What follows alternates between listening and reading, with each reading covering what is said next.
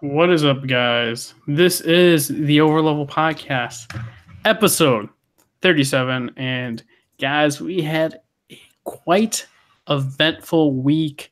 E3 has come and is almost gone. We do have, I believe a day or two of like the show floor of people playing the games. Demos are being shown. Everyone had a blast and playing, the favorite games or their most anticipated games. But nonetheless, we're going to go talk about each press conference, what we thought about it, what the big standouts were, what we thought about each game. But overall, we're going to go and start. I guess we're going to go small to big, and that's what I kind of want to do. We'll go with EA first. EA, very, for me, uneventful. We can go and start off with, I don't care about the sports games. I'm not a big sports fan. I know some people may be big sports. I'm just not that type of person. So get that out of the way. Also, Command & Conquer, very iconic franchise, made it mobile. And you're going to know damn well there's going to be monetizations for that game. Microtransactions, let's go. And no, not a game for me. But overall, the only standout for me was Anthem. That just for me, right? Was just Anthem. Was it cool to hear a new announcement from Respawn? We did know that they were working on a Star Wars project. Now it's going to be a Jedi-based game. Takes place between episodes 3 and 4 with, Order 66, the plan executed. So the extermination of the Jedi. So it seems like it's going to be a very dark game. And I'm fine with that. Granted, it was very awkward. I don't know why. Maybe EA put him on the spot. Maybe this was never planned. And EA was going to do it from the get-go. And he didn't know about it. So it seemed very awkward. And there was no concept art, nothing. Just title. I'm talking about the game. It coming out holiday of next year, and from when someone's saying holiday of next year, it's probably going to be pushed back to 2020. So that's just my thoughts. EA overall, I was bored. Only games I cared about were a couple of the indie games. Unravel 2, very interesting game, and it was a breakout store for like 2 years ago from E3, and it came out that the day of. Give it kudos. And Sea of Solitude, that looks like a very interesting game as well. And I gotta give EA props for EA Originals. They did come out on stage. The Battlefront 2 community guy or one of the developers working on Battlefront apologized about the launch of Star Wars Battlefront 2, and that they're going to try to do better, support it, give out free DLC, go to the Clone Wars saga, and, give out Anakin Skywalker, Obi-Wan, General Grievous, and Count Dooku. And that's cool, and that's very interesting. And then you also had, just recently, I believe, Solo expansion and whatnot for that. And, of course, they had a deep dive of Anthem. They talked about it. No microtransactions in terms of, getting gameplay advantages, no loot boxes. There will be microtransactions in terms of cosmetics. So expect that to happen. And you had 4 classes. You got the heavy, you got the one that deals the most damage. You got the one that's very agile, and also the one that's balanced. So very cool. In terms of the environments, I think Anthem looks great. In terms of, gameplay for me, I thought it looked good. Just because it kind of looks similar to the Andromeda style gameplay. And I'm fine with that because it's very fluid.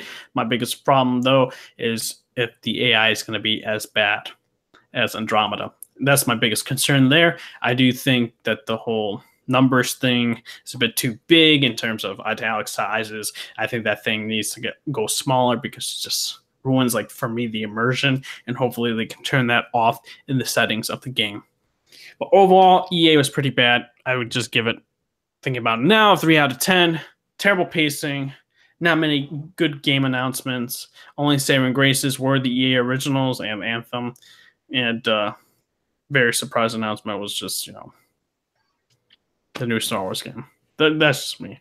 What did you think about EA, Claudia? I thought the EA press conference was just the usual EA press conference, except for the Star Wars update of them announcing a new the new DLC. Anthem. I'm glad they did dive into that because at least then we got some information. Some information on the game. Um, the but the whole FIFA is the same thing with FIFA. Every year we got the same thing, But this year, though, at least they said now finally we've got the rights for UEFA Champions League, which is a huge thing for us football fans. But yeah, like I said, everything else was just the usual thing. Battlefield 5, they announced the Battle Royale mode, and I'm pretty sure that I know that some fans aren't too happy about that. But for me, I think what really got me going was the Anthem stuff.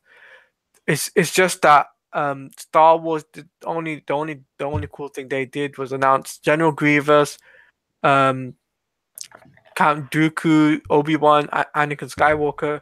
That is for Battlefront 2, but there's no more information on that stuff. And they've also got the Star Wars game coming out in 2019, supposedly. So we won't know any more information until next year. So for me, that's the only huge thing that really got my attention. Everything else was just like generic. Yeah. What would you rate the conference? I'll probably give this one a 3 out of 10. Okay. That's just me though. All right, Inspector, what do you think? I guess about the announcements. I know you weren't able to, watch it live, but I guess you heard about the announcements through social media and news outlets. From what I've heard, nobody was really impressed about EA. A lot of people thought it was kind of like crap the bed with their conference. Oh yeah, dude, the crowds were like dead in there.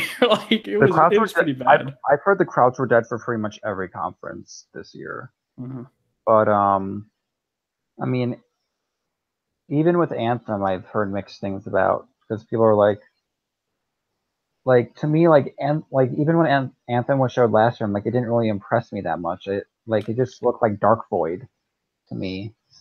But I mean, it's BioWare, but after Andromeda, I think people lost a lot of faith in BioWare. Yeah. But, and I would say this, it's that's the problem with BioWare now, is they had a studio closed down, BioWare Montreal. These are the people that made Mass Effect Andromeda.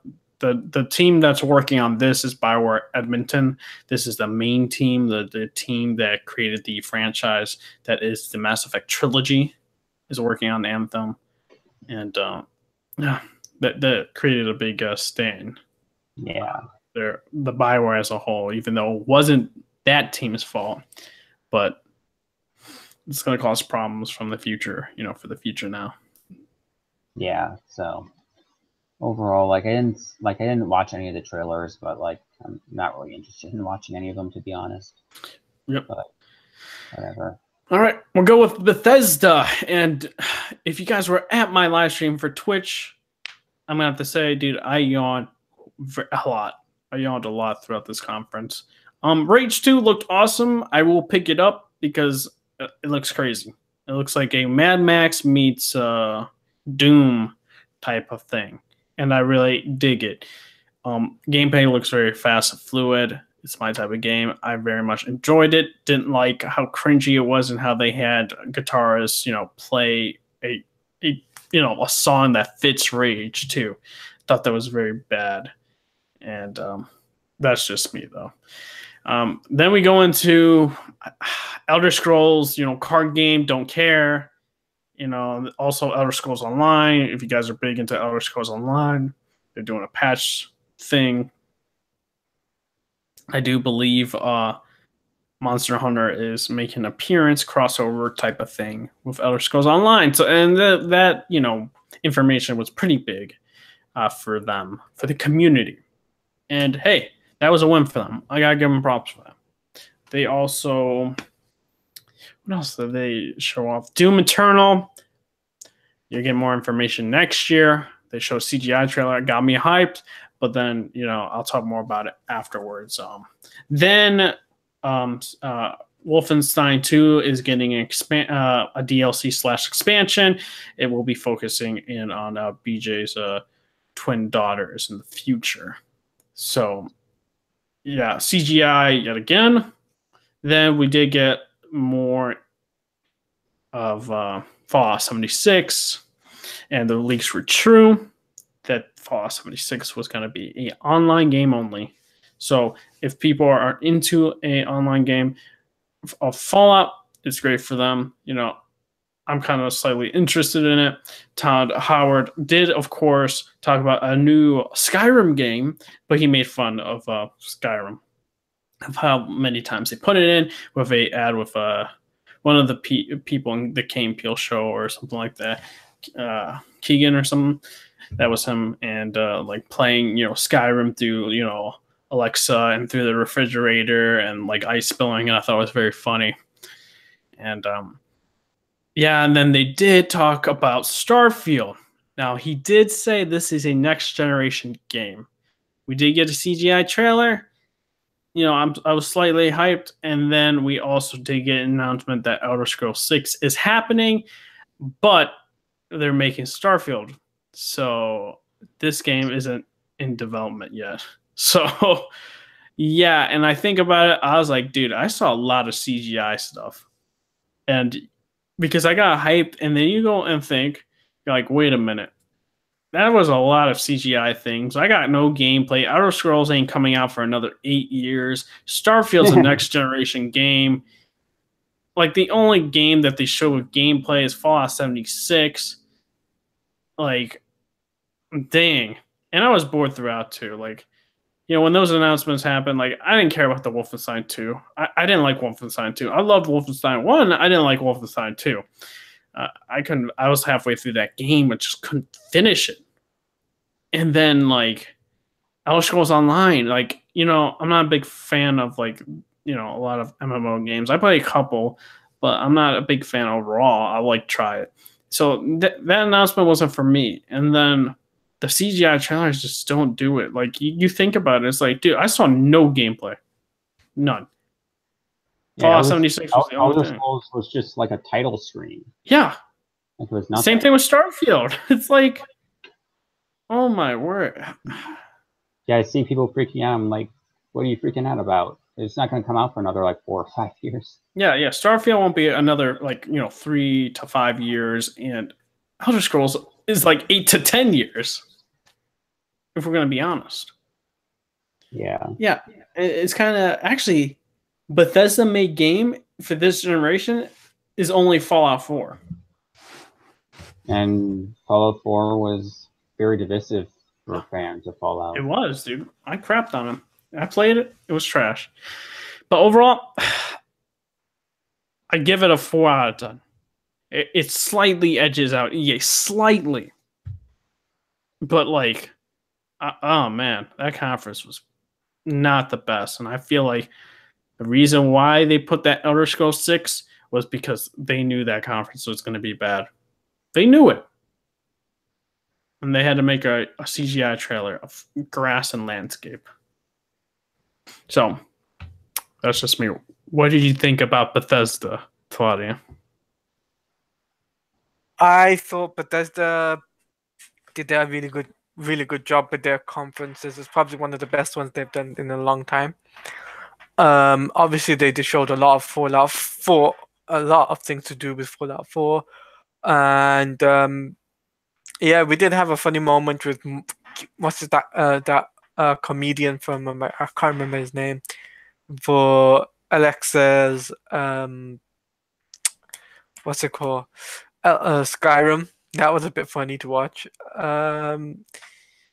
But them announcing some other games as well, which was really cool. And then the really big on this one, I'm gonna say this, for them to announce 2 different games for next generation console is a good strategy, because we all know now that Microsoft are going to be working on next generation consoles, and these ones, the ones we have currently, are pretty much out of date.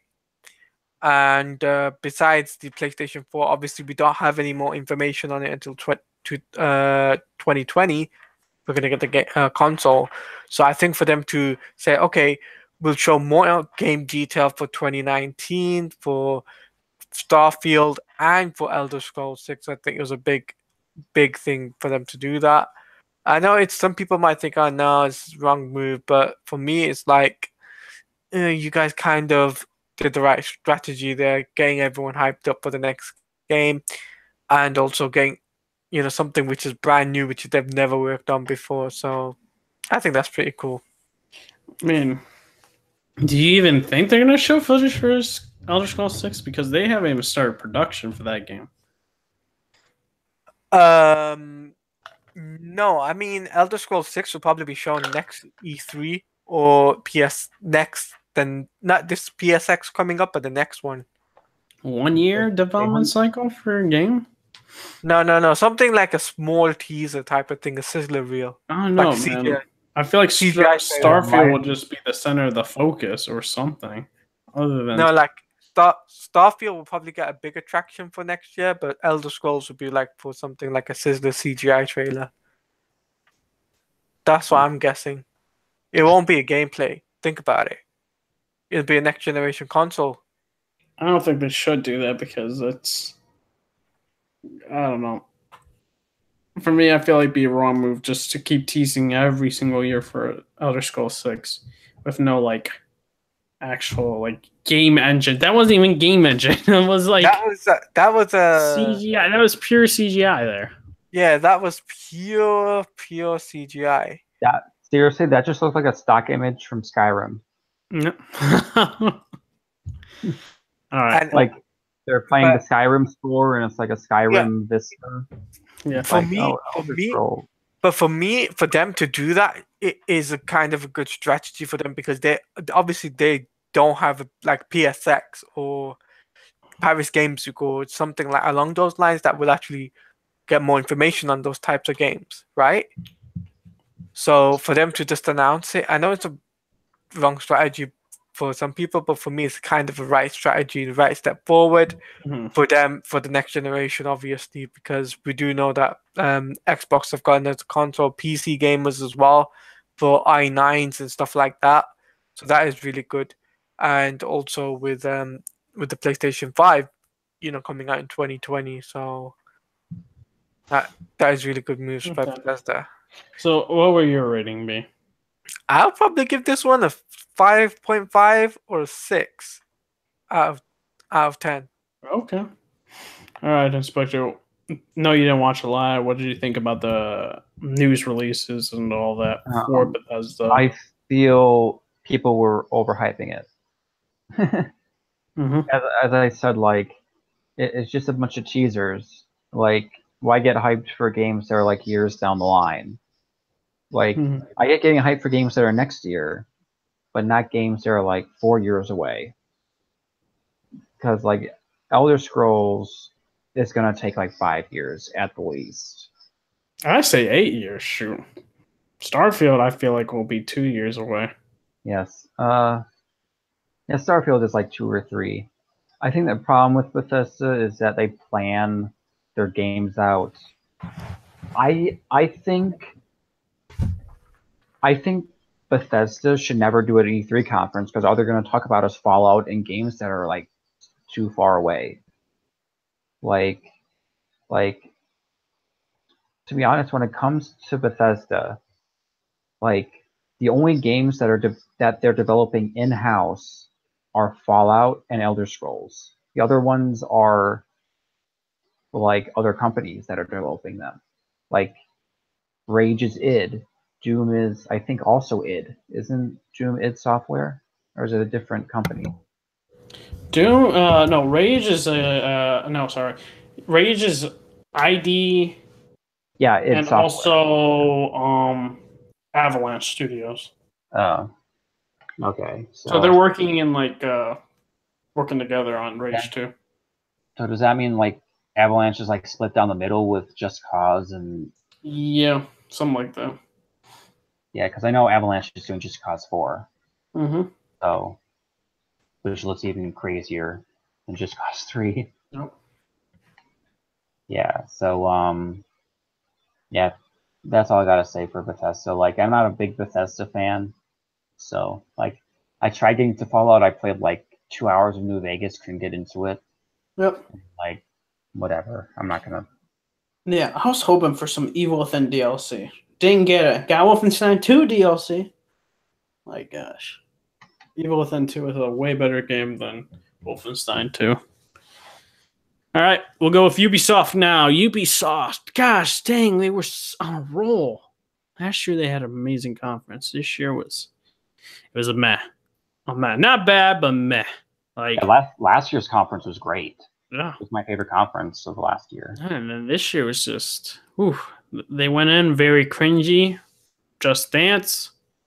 Very cringe. It lasted a while. That dancing parade thing, I was like, can we move along? And was that like? I don't think it was, but was that the Miz with the panda? Because it looked like the Miz, but I have no idea if it was. I didn't even pay attention to that point. I was like, yeah, I would have to like rewatch and see. But yeah, they just started off Just Dance, because all hardcore gamers want to see Just Dance. That's why. The casuals totally watch E3. No. All right. Just Dance out of the way. Then we had Beyond Good and Evil 2. Yet again, like the tone.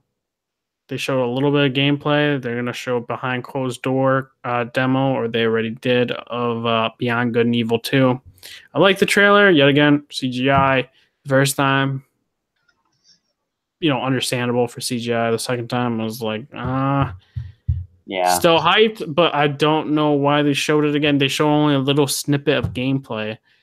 And I was like, I wish we saw a demo for the game to this point. Hopefully we can hear more about, the journalists that saw this game and if it's going to be good, really good. Then what else did they like really talk about noteworthy? They did say there was some sort of like Star Fox crossover. Nintendo Switch is getting a Star Fox and Starlink's version of the game. So kind of like the Horizon Zero Dawn with Monster Hunter World for the PS4. Think of something like that. Starlink, meh. Didn't really care about Starlink. It's just, there wasn't many Ubisoft. The Crew 2, they talked about it. I just don't care about the Crew 2. I'm not a big racer fan. Huh? No one does, because like the Crew was a very mixed game. Yep. I just don't like racers or anything like that in general. I like Need for Speed. I just don't like GT Sport. I don't like Forza. I don't like Need for Speed. I just don't like racers. It's not my thing. And Crew 2, not for me. And so get that. Trials Fusion looked pretty fun. That's not even a racer. It's like a platformer, it's like arcade. Yeah, Trials is basically like it's a motorcycle game, but it's like a 2D, 2.5D obstacle course type. Yeah, it's like really platformer. fun. Yeah, it's really fun. Like the death scenes look hella funny.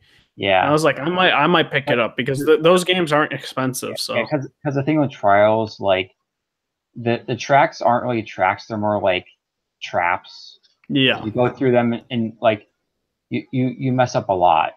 Yeah, and they're just making fun of how hard these tracks are, because like they're flying at the screen and all that stuff, like flying into the moon, all that stuff. Yep, and I might just play the first one and then get wait until the second one. Overall, I did not like how they introduced it. It was very cringy with the guy coming in with a motorcycle and then like falling over and breaking the like podium with the TV. I didn't like that. I thought it was really bad. But that's just me. But the gameplay I saw looked awesome. All right, now I think they ended the conference with Assassin's Creed Odyssey. Now, people are like, oh man, Assassin's Creed Odyssey. They're not taking a break. this is coming out like literally the first week of October, so you're not getting that break. It looks very similar to Assassin's Creed Origins, similar HUD, very similar HUD indeed. Combat looks very similar as well. I feel like they kind of modified it a little bit, but not to this point where I'm like, oh, the changes are so big. They did say we get to choose our gender of the assassin, which is very interesting. It's never happened before in any Assassin's Creed game. So I'm not like in that group that, why is there female? You have a male option, doesn't matter. Can't really complain. Shouldn't complain in general about that type of stuff unless, the game is bad or something. Overall, you do get dialogue choices. I don't know if you have any actual like changes for the games. Like, yeah, I think it is because like depending on your different dialogue options, you either lean more Spartan or lean more Athenian. Like, okay. Like I don't know how that changes the ending of the game or like changes certain things, but you basically through your dialogue options you get to choose which side you're on. Yep, and they also said romances are a thing, and it kind of seems like this dev team might be the same dev team that worked on Unity. Don't know if that for a fact, because they really like advertise Unity to be like a romance type of thing. That's just me. Hopefully there's no glitches like that, Unity dev team, if you're working on this. Overall, I don't know. Like, I'll get the game just because of the setting. I like ancient Greece, so I'm a sucker for that. So I was like, gosh dang, if it was any other like time period, like I would have just been like, pass. But they're doing ancient Greece, so that's the day one. Day one, we there. Overall, that's it. We were thinking Splinter Cell was going to be there. Nothing for Ubisoft's press conference. Overall, I liked Assassin's Creed Trials Fusion. Oh, I forgot they did show Skull and Bones. I don't know. It's not really my type of game right now. It's basically Black Flag, but just the naval combat. Yeah, that's the thing. It's like I know people are like, oh, you can make a Pirates game, and I'm like, that's great, but like, there wasn't much change to it, and I could just go back to playing Assassin's Creed 4. Yeah, like with pirate games, it's like, how can you make it different from Black Flag? Because Black Flag is like the peak of pirate games. Mm-hmm. Yeah, I know they did tout, online, co-op, all this stuff. That's cool. Like other players and other ships take down, weaker enemies and all that. And then once the ships sink, you can betray each other to get the loot. That's great. I will say it seems like Skull and Bones will be a better game than Sea of Thieves, but not for me. Overall, give the conference about a 5. If I were to be honest, 5 out of 10. Very meh conference. I wasn't excited. Like, oh my gosh, I got to play. And I'll tell you what conference that was. But yeah, that's just me. Ubisoft, very meh overall. Talade, what did you think about Ubisoft's press conference? I think Ubisoft's press conference was a meh as well. They didn't show Splinter Cell, which was obviously on the leak list of Walmart. I was pretty surprised by that. But they showed a lot of Assassin's Creed, and I felt that Assassin's Creed Odyssey looks similar to Origins, and except for minor, just a little bit of changes. And to me, overall, it's just the meh conference. Meh. Mm-hmm. That's what I'm gonna give this one a rating of 2.5 out of 10. Bam. 2.5. All right. Inspector, what did you think about the announcements? No, you didn't watch it live, but what did you think overall? Pretty much the only thing I cared about was Assassin's Creed. Mm-hmm. I like the setting. Like you said, if it was any other setting, I probably wouldn't buy it. I didn't buy Origins. Like I like the Egypt setting, but it just didn't hook me. Yeah. Like the trailers didn't really hook me. But I love the setting of ancient Greece, and I like how you get to choose between Athens and Sparta. But I'm Sparta all day. And Yeah, buddy. I think everybody's going to be Spartan. Like, I think everyone's going to be a Spartan. Like, everyone wants to be a Spartan. And the thing is, like, everyone is pointing out that, like, the Assassin's Creed timeline is already messed up, but, like, this is even more messed up because this takes place before Origins. Yeah. So how does that work? Because this takes place, like 300 years before Origins. Mm-hmm. So, like, and plus there's, like, really no assassins in this game. Like, she's called a Yeah, mercenary. like didn't like the Hidden Blades for him just like Origins was like the first Assassins, right? That's the whole Yeah. premise. And some people are saying, oh, this could be the origins of the Templars. They're like, I don't know what the main prevailing theory behind that is, but that's what's been being brought up. But Yeah, I mean, you do make a good point. Thinking about it now, it's like, how the heck did they get Hidden Blades? You know, like that doesn't, you know, why, like with the, I guess, canon, like, yeah, this does cause some problems with the timeline that they're having here. It's like, damn, it's like I feel like they just need a group. Ubisoft needs to talk to their studios, or someone needs to be the lead head or something, lead writer, and just go over things. I don't know with other writers. I have no idea. yeah, They it's wouldn't weird have these problems. I think Assassin's Creed, like, sometimes it's made by Montreal, sometimes it's made by Like Singapore and Singapore and like Massive, which is in Bucharest. Like, it's made by a bunch of different companies. I think the one that started that was, I think, Revelations, when like everyone worked on Revelations. yeah. Like, it was like Montreal, Paris, Massive, Singapore.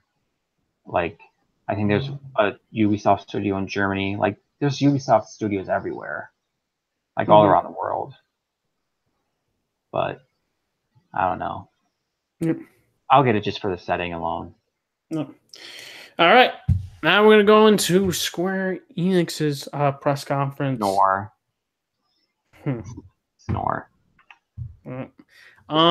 They went in with Shadow of the Tomb Raider. I was very meh about it. I was like thinking like, wow, these like detective icons are very similar to Uncharted.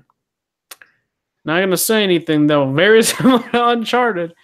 I was like, my one of the people I talked to on Discord was just like, man, you just a Shadow of the Tomb Raider hater. He jokes around like that. And like, nah, man, this is getting spooky in terms of similarity here. Yeah, I noticed like the textures were a little bit downgraded, and I was like, I don't know. Am I the only one seeing this? I need to like see a still image or something later on. And then once she got to the canister area, I said it on my stream, and I say it in my reaction. I was like, why is that canister a 2D like object right there? And then when she picks it up, it becomes 3D. I'm like, whoa, are we like transcending different dimensions now? Like, canister became 3D all of a sudden. And I was like, oh my word. And I was just like, I don't know what's happening with this game. I don't know if it's because Eidos Montreal, it's first time working on Tomb Raider and they just don't know much of the code with Crystal's engine. I don't know if they're using a new engine. I have no idea. But it's looking spooky to me. For me, though.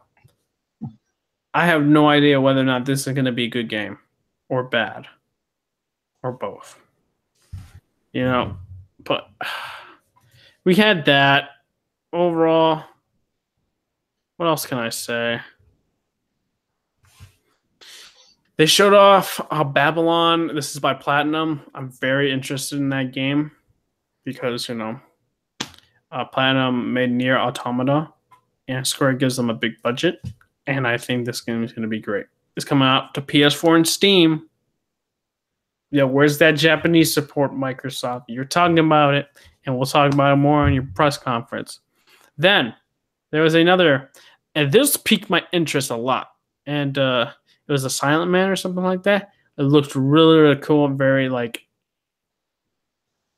for me, very interesting because we never had that type of game where your protagonist is deaf.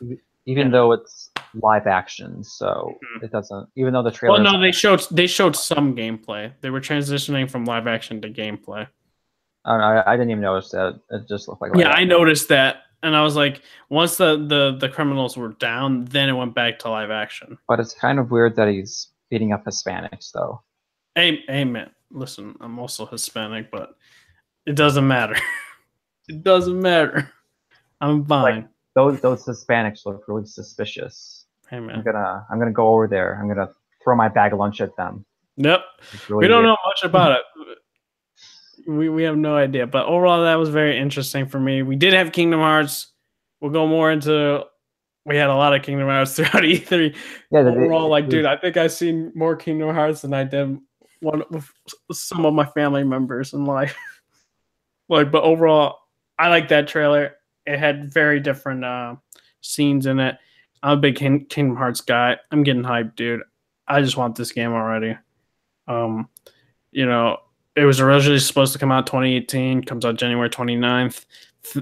And I think it was a good idea to put in January because this freaking holiday season's too stacked.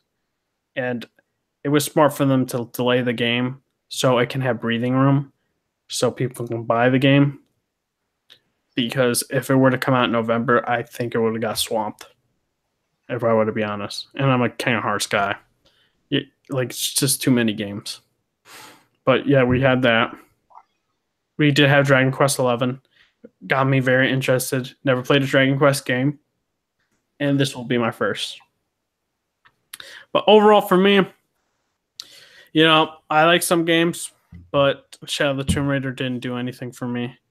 And also Babylon was a CGI trailer, nonetheless. For me, it'd just be like a 5 out of 10 for me for Square Enix's press conference. They showed one game. They showed me Kingdom Hearts, which you could say I'm a bit biased with that.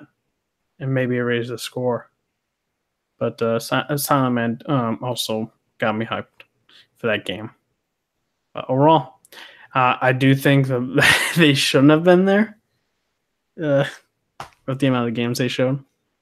But that's just me. Yeah, for me, it's like ranging from a 4.5 to a 5 right now. Claudia, what do you think about the press conference? I think the Square Enix was a boring conference. It was boring. 30 minutes a waste of my time. Because, yeah, I know they showed Shadow of the Tomb Raider. That game was just like, not another Tomb Raider game. And, Square Enix showing off Kingdom Hearts. Yeah, they showed it off Microsoft. And yes, they showed it at Square Enix's press conference. But did they have to really? My honest opinion is not at Microsoft press conference. But I think for them to show it off in, Square Enix's, they could have shown a little bit more. We've got no Avengers project there, which is a big surprise to me out of everything. Because I thought they would have said something. Because it is 2018 after all. Nothing. But overall, yeah, I was just like, 30 minutes waste of my time. I don't think they should do another press conference for next year. Like that. This is what WB did. WB did the same thing. They didn't do a press conference. Well, WB did a different thing. They never did a press conference for this year, but last year they did. Well, WB, I don't even consider that a press conference from WB. It was just WB's like doing a live stream type thing where it's just showing 3 days. For 3 days, though. Yeah, I know, but it's mainly just like demos. Yeah, like it's just basically like floor demos. Like GameSpot and IGN do those like all E3. no. Okay. Nothing. For me, it's just like they shouldn't have done it. I don't think they should do another press conference for Square Enix, though. I really don't think they should waste their time. If they're because it's wasting everybody's time showing a 30-minute stuff. Yeah, we got Babylon's CGI. But for me, this deserves a 1 out of 10 in terms of rating. It was bogus. Fans didn't want to see some of the stuff that they showed, to be honest with you, because they already seen it. So it's a 1 out of 10. Okay. What about you, Inspector? What do you think about the announcements and all that, and maybe thoughts on the Tomb Raider game? I watched the conference. That was the only one I was able to watch, and I hate to say it, but I have to agree with Taladia. I felt it was such a waste. It was like totally unneeded because it was just one big trailer. Like it wasn't like no audience interaction. It was just like 30 minutes of trailers. Oh yeah, it was like a Nintendo Direct. It was like Square Enix's Direct. It didn't make any sense to me. Like I was looking through the games, I'm like, when Quiet Man came out, I'm like, what is this? Like I'm not like we know like absolutely nothing about this game, and like it was like completely out of left field. Like I think it was like it was the game they would have ended if it wasn't for Kingdom Hearts, because that was like the last game they showed. Like that was the last trailer they showed before Kingdom Hearts. And I'm like, if you didn't have to show Kingdom Hearts, that would have been a really weird ending to the conference. Just as like this weird nebulous game about a quiet person beating up a few people. Like it was like really weird, and he has a bag lunch for some reason, which I don't get what that's about. I guess maybe he's a kid, maybe he's a high schooler. Who knows? I don't know. I don't know people who carry around bag lunches anymore. Like they usually have like lunch boxes, not like a paper bag. But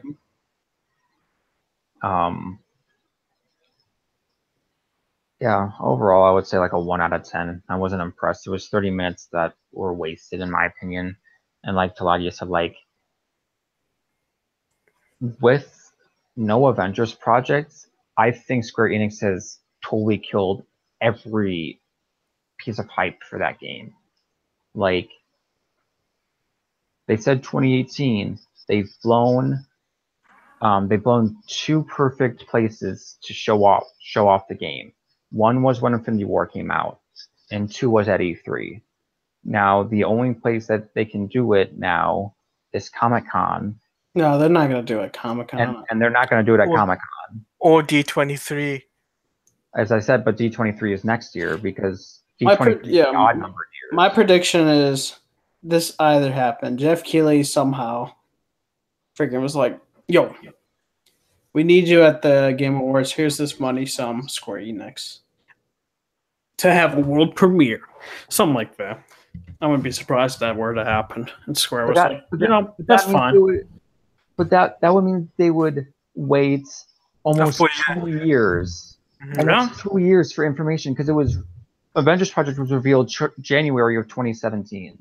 December of 2018 would be almost 2 years after the game was announced for any info. Yeah. I think personally they've robbed their fans, because you hype up a game and everything, and there's no information, nothing, even though there's been like rumors and speculation on this game, and still I thought by now you would have had some sort of information, and nothing. There's nothing coming from Square Enix or Eidos Montreal or Crystal Dynamics for that matter, saying, look guys, sorry we didn't show up at E3. I know you guys were expecting the Avengers project. That type of thing. Yeah. And they never did that. Me, I'm thinking Video Game Awards or PSX. If not, they did lie saying it's gonna, about not being in 2018. Then it's like, go on. Yeah, I was saying, it was supposed to. More information was gonna be shown for 2018. I think it's cancelled. That's what my opinion is. I think it's cancelled and scrapped. How to that? I wouldn't go that far to say a game would be canceled. I don't think it's scrapped. I just think I think it's been cancelled, though. To be honest with you, No. I don't think they would spend that much money just to cancel it. Yeah, and having two studios Because- work on the game, I don't know about that. Yeah, because like Because- this And has been- if the game were to be canceled, that shit would have been leaked heavily Yeah. and talked about. because Square Enix is a big and Square Enix is a big company, right? Remember Final Fantasy VII Remake?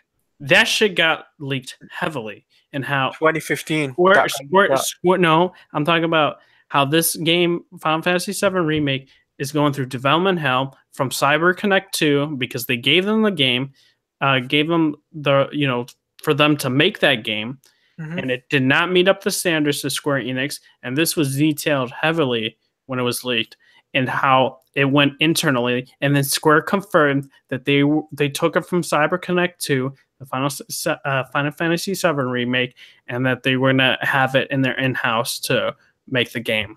And then it was confirmed later that Nomura, who is the director of Kingdom Hearts, would be the director for the game. And yeah, that shit was in that magnitude, just Final Fantasy VII Remake, this would have happened with Avengers. I also think as well, it's like to the point where they might have gone in a different direction with a different studio. Then I think you're right. I think they might have gone to a different studio. I don't think they went to a different. That would have also been news. Yeah, I think, but it's like it doesn't make I any think sense they're though. I just think maybe they were they're rethinking the story. Maybe they didn't have the story all planned out, and maybe there's a bunch of rewrites, so they don't want to reveal a trailer that they don't want like a Killzone 2 situation where they show like a trailer that's in game, that's CGI, but they say it's in game. Like remember that whole Killzone 2 fiasco when Killzone 2 was announced? Mhm. They don't want that. So I think maybe it wasn't the smartest idea to reveal it so far in advance. Like maybe Square was getting too ahead of themselves just to hype people up for this game that like is years down the line, probably not until 2020, most likely. Like it's I just feel like it was a mistake on Square's part, and like that was probably part of like I don't think Square would have released it without Crystal's and IDOS's permission. So it's kind of to blame. It's kind of their part to blame too, because they're the developers of the game. Yeah. So, and maybe that's why Atlas Montreal's Tomb Raider doesn't look graphically that great. Yeah, maybe Because they're We putting don't the focus on Avengers. Maybe And, who knows, man? That Who Rise of knows? the Tomb Raider compared to graphics though. I mean, to be honest with you, there was like 3 different superhero rumored to be there. One of them was Spider-Man, the other 2 were one from WB and another one being from Square Enix's Avengers. Now, I just think Square Enix not showing up, I think that was a big mistake for them to hype it up and say, oh, 2018, they're going to show something. Big mistake. They shouldn't have said that. They should have just kept quiet about it. Wait until after Spider-Man PS4 is released, or after the Avengers Infinity War is released, then announce the game, right? And then say, I know you're trying to show that, but it's like it doesn't make any difference. Do we see this? Do we see the graphics, guys? Yes. I just wanted to show the people if they're watching, as a past broadcast. On the left, you got Rise of the Tomb Raider retail version. On the right, we have a gameplay trailer for Shadow of the Tomb Raider coming out September, a week after Spider-Man. Those graphics are awful. Like, what happened to the hair? Like, the face? Like, yo, dude, their focus is on the Avengers game because I don't expect, like, this is piss poor quality. And we're going to go into later about the studio head of Eidos Montreal because I got, some words to say. But this looks damn awful. And I'm going to talk more about this later after we talk Sony's conference after the other press conferences. But yeah, I don't know what happened there. I just think though Square Enix, like, I know that they really messed up. They shouldn't have said anything. They should have just waited until after the Avengers Infinity War movie came out, hype it up then, and just say, look, we won't say anything till 2019 because that would make more sense, right? If they did it like that. So then after the second Avengers Infinity War movie comes out, or second Avengers movie, you can say something about the game then. This is just a big flop on Square Enix's Crystal Dynamics' part, and also Square Enix's, because they should have just taken responsibility and say, like, guys, don't say nothing about the game, no trailer, nothing. Wait for a couple of years. I'm saying, going by their statement, it's supposed to be, more news will be shed 2018. Now that could totally be, maybe PSX, Game Awards, or maybe because they're worried that Spider-Man might overshadow them because Spider-Man is getting a lot of hype. That's true. But I don't know. That, or we've also known in the past Square Enix does do their own like events for the games. They've done it with Kingdom Hearts. Like a couple months ago, they had all the press come to like an auditorium that Square sets up, and they talk about their video game, like Kingdom Hearts. They've done this for Final Fantasy 15. They talked more about those games. Yeah. And I wouldn't be surprised if they were to do something like this. It's not out of the realm, and a lot of people don't know this as comic book fans if they just play comic book movie games. Square Enix does create their own conference in a way to talk about their games, like Kingdom Hearts, Final Fantasy. It's even like the old Hitman games. They've done this in the past. I wouldn't be surprised if they were to do it, but those are your three likely scenarios: a Avengers type of conference that they make in an auditorium that they usually rent out, or PSX. For me, I don't think it'll be at PSX. Because it wouldn't be a Sony exclusive. Because even though the PSX does the marketing rights, they've done that with what was the game? Marvel Capcom. That was a game. I forgot what it was. On one of the PSXs. Spyro. No, I forgot. But it's like, what I'm saying is that at the end of the day, it's that they shouldn't have pushed it to the limit to the point where people, because even though it's a big hype, but they pushed that hype so much to the point where everyone is just expecting it to be at E3 this year. Same thing with the other game. But it's like they should have just come out and say, look, guys, we're sorry we went at E3, or sorry, we're not going to be at E3 this year. Then the hype for the Avengers project would be killed. Yeah, or they're planning with that conference that possibly being made. Have they done is there a conference next month? Wait, what? Is there a conference every month, or is it every 2 months? Wait, are you talking about Square's own video game conference that they do for each game that they? No, they just make it and give it to the tell the press, hey, we're doing a Kingdom Hearts conference. Okay, so you guys can get hands on the game and play it. Give your impressions. I don't think it's even ready, man. I don't think this game is even close enough to be ready. I think it'll be a next-gen console thing, to be honest. I don't know. I'm giving the three options: Game Awards, PSX, or Avengers conference. Because that's not the only game that wasn't at Square Enix's Final Fantasy VII Remake. Well, we've heard about this. I don't know why people were expecting Final Fantasy VII Remake, because they've said that they're doing it in-house. That's a big overhaul. Mm-hmm. So, big overhaul as in essentially restarting it. They're restarting it because CyberConnect 2 wasn't doing a good job. Okay, so they're restarting from scratch. Okay. Yeah, doing with their own in-house developers. And now to tide fans over, they're just making more DLC for 15. Yeah, I was surprised they didn't show anything for Final Fantasy 15 in terms of DLC. that surprised me. I know the DLC is supposed to be coming out. No, they showed a DLC for 14 for some reason, didn't they? Mm-hmm. Oh yeah, I completely forgot about 14. And they showed a crossover between. That was weird.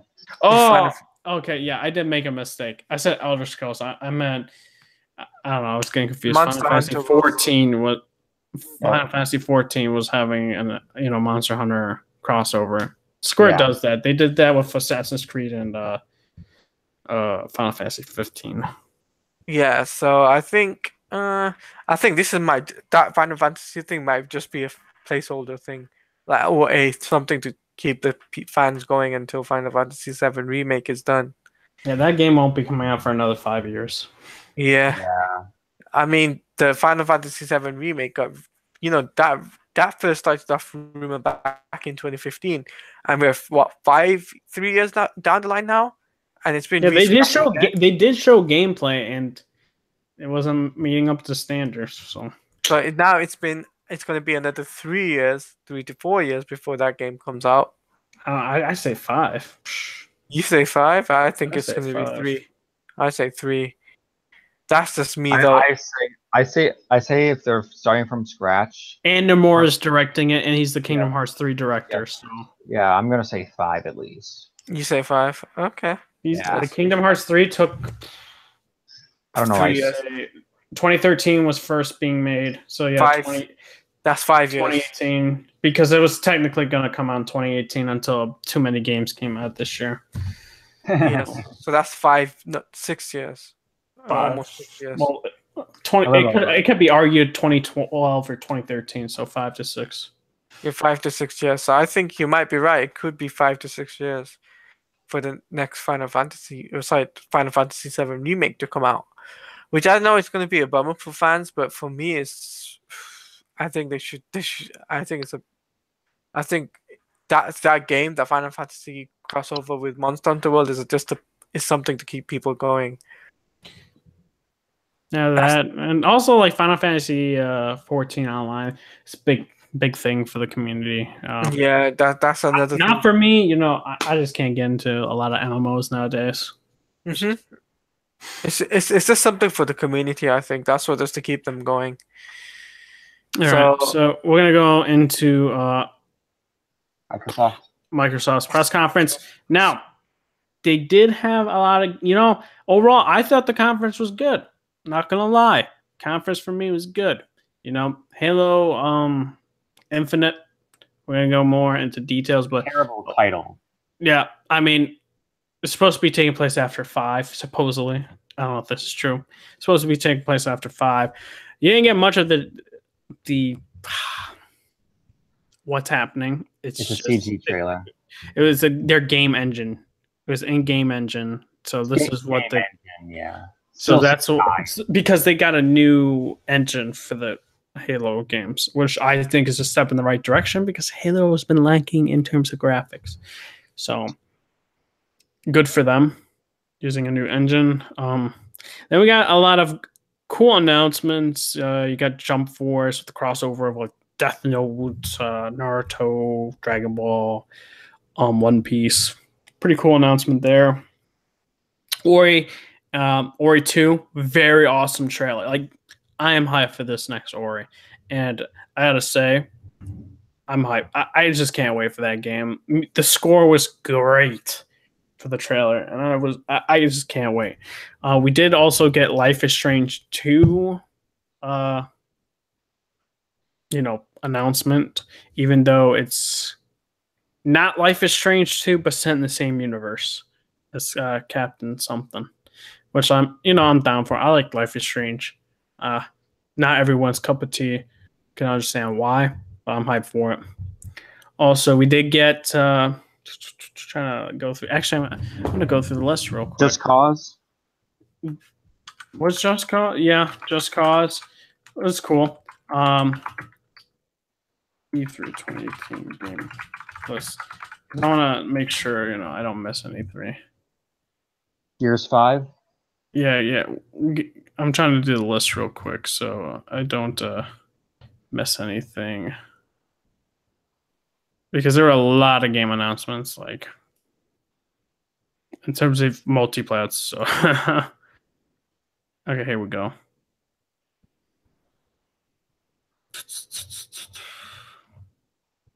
All right, here we go.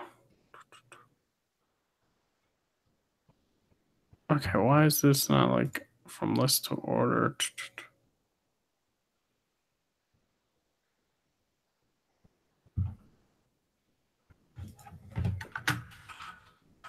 Here we go.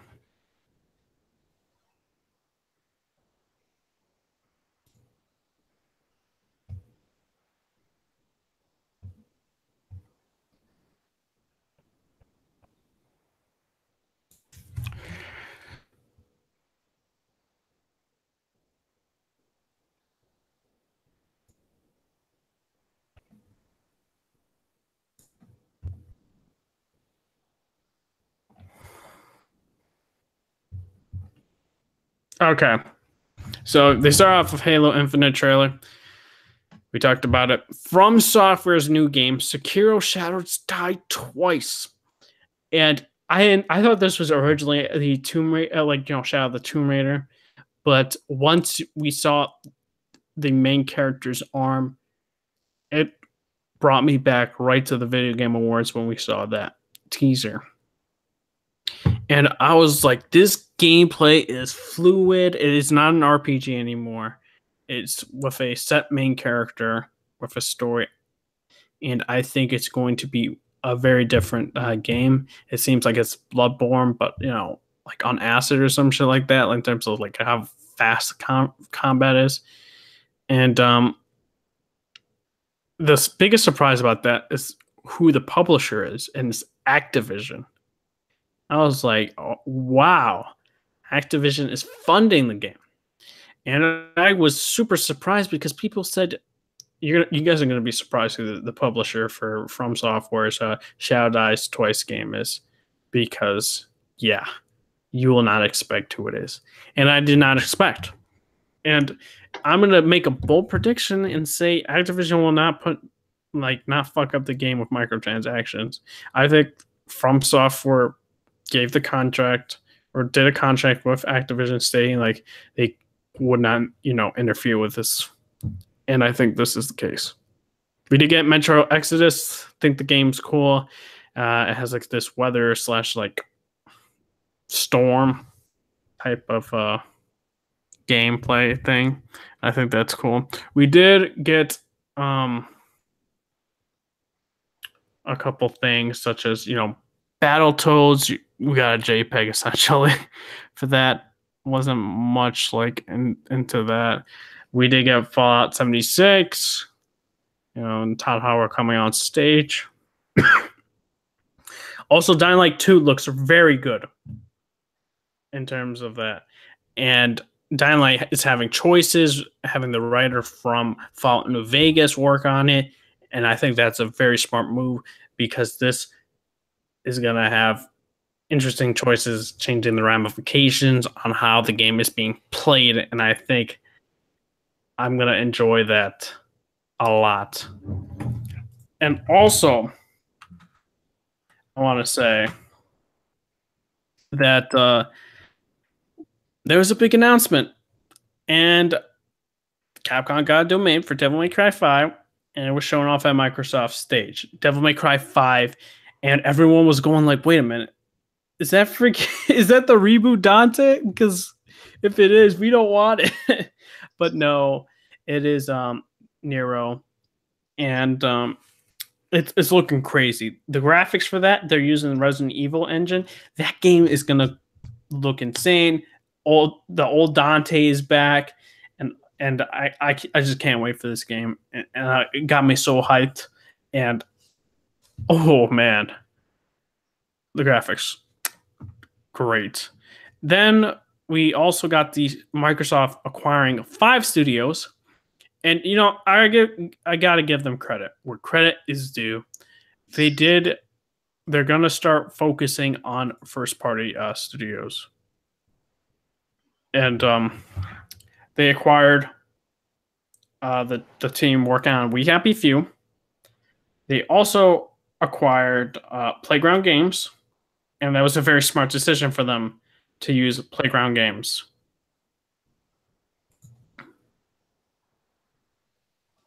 Also, I do want to say they also acquired Ninja Theory, who made Hellblade. and also the Devil May Cry reboot. And they acquire Undead Labs, which I don't know why they did that, because they made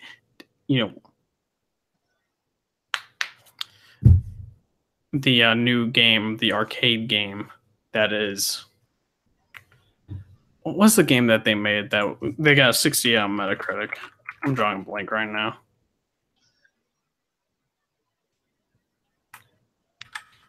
Dying Light. Oh, gosh. I am drawing a blank. Give me a second. Undead Labs. State of K2. There we go. State of K2 was met with very bad criticism, and I don't know why they did it, but it is what it is. I think they did acquire them. It takes a while to acquire a studio. And they're also building a studio from the ground up with Dale Gallagher at Santa Monica. So, hey, I think Playground Games and Ninja Theory is the best get. I don't think that We Happy Few and Undead Labs is going to make it. Just because. Undead Labs has made a very poor game, and We Happy Few met with criticism originally in its launch, with not having a story, and now they're going to do that stuff. But that's just me. I think that's good news for them. We also did get the news. Gears 5 Pop Funko mobile game. And that was pretty crap. Any Gears fan? Dude, the Gears fans were sweating. They were just like, this can't be it. This can't be it. And then they did announce a Gears of War Tactics game exclusively just on Windows, not on the Xbox. Which people were just like, what? Okay. They did have a logo of Gears 5, like logo very frosty. And people were like, oh no, this is it. This is our JPEG moment. They did show a trailer, and I'm a bit interested. I'm not gonna lie. Gears of War 5 got me a little bit interested in terms of the story. It seems better than the fourth. And hey, if it continues showing me good trailers, I might end up getting it on my PC. Not gonna lie. But overall, I'm gonna say Microsoft did a good conference. Good conference for multiplayer, good conference for announcement. Now, did they sell me to get an Xbox? The answer is no. They did not, give me, an incentive. And I also forgot Forza Horizon was also shown. Has, destructible type of environments, wildlife, and it looks very awesome. I'm not a racer though. So, for me, they showed Halo, Gears, and Forza. Like usual. People make fun of them for just those 3 games. Now, they did acquire those studios, but you won't see the fruits of that labor for another 3 to 5 years. Around that time frame for them to produce a game. And hopefully Ninja Theory is going to make the game that they want. Microsoft will actually be like, okay, make the game you want, kind of like how Sony does the approach. And I think that you will get a good game from Ninja Theory if they are not shackled. But overall, I'm going to say, yeah. In terms of Xbox and conference, they didn't show gameplay except for the Division 2. I completely forgot to mention the Division 2. Division 2 did get gameplay in Microsoft's press conference, but that's the only game that actually got straight up gameplay like being played. Overall, it was a lot of trailers for games, and that's fine. But overall, for me, it was still a good conference for Microsoft. I give it 8 out of 10 for me. I go to like 7.5 or a 7. Actually, no, I go 7 or 7.5 around that time. That range in terms of announcements and all that is great. And also Cyber 20, yeah, and Damien just mentioned Cyberpunk 2077 was also there, and I think that was also a great game that CD Projekt Red showed, and I just can't wait for that game because CD Projekt Red makes very good games. and they got me hyped. Overall, about 7.5. Microsoft did do a good conference. I have to say, did do a good conference. But they did not sell me on the Xbox platform that I need to own an Xbox. And I still give it a 7.5. Talati, what do you think about the conference for Microsoft? I thought Microsoft was really, really good. I thought they delivered on what they said they were going to deliver on. Games. A lot better than last year. And they also they showed off Halo. You know, a lot of Halo fans were like, we're going to get a Halo game. Everyone some people think it's Halo 6. No, it's Halo Infinite. It's Infinite, right? Yeah. So I mean, it's like a sequel still, though. yeah, so we got that. We got Gears 5, and a Gears game, another Gears, different type of Gears game too, and you know we got Kingdom Hearts, not Shadow of the Tomb Raider. Was that twice? Yeah, so there was lots of games, you know, that I can't even to think off the top of my head is very hard. But I think, you know, Microsoft did really well.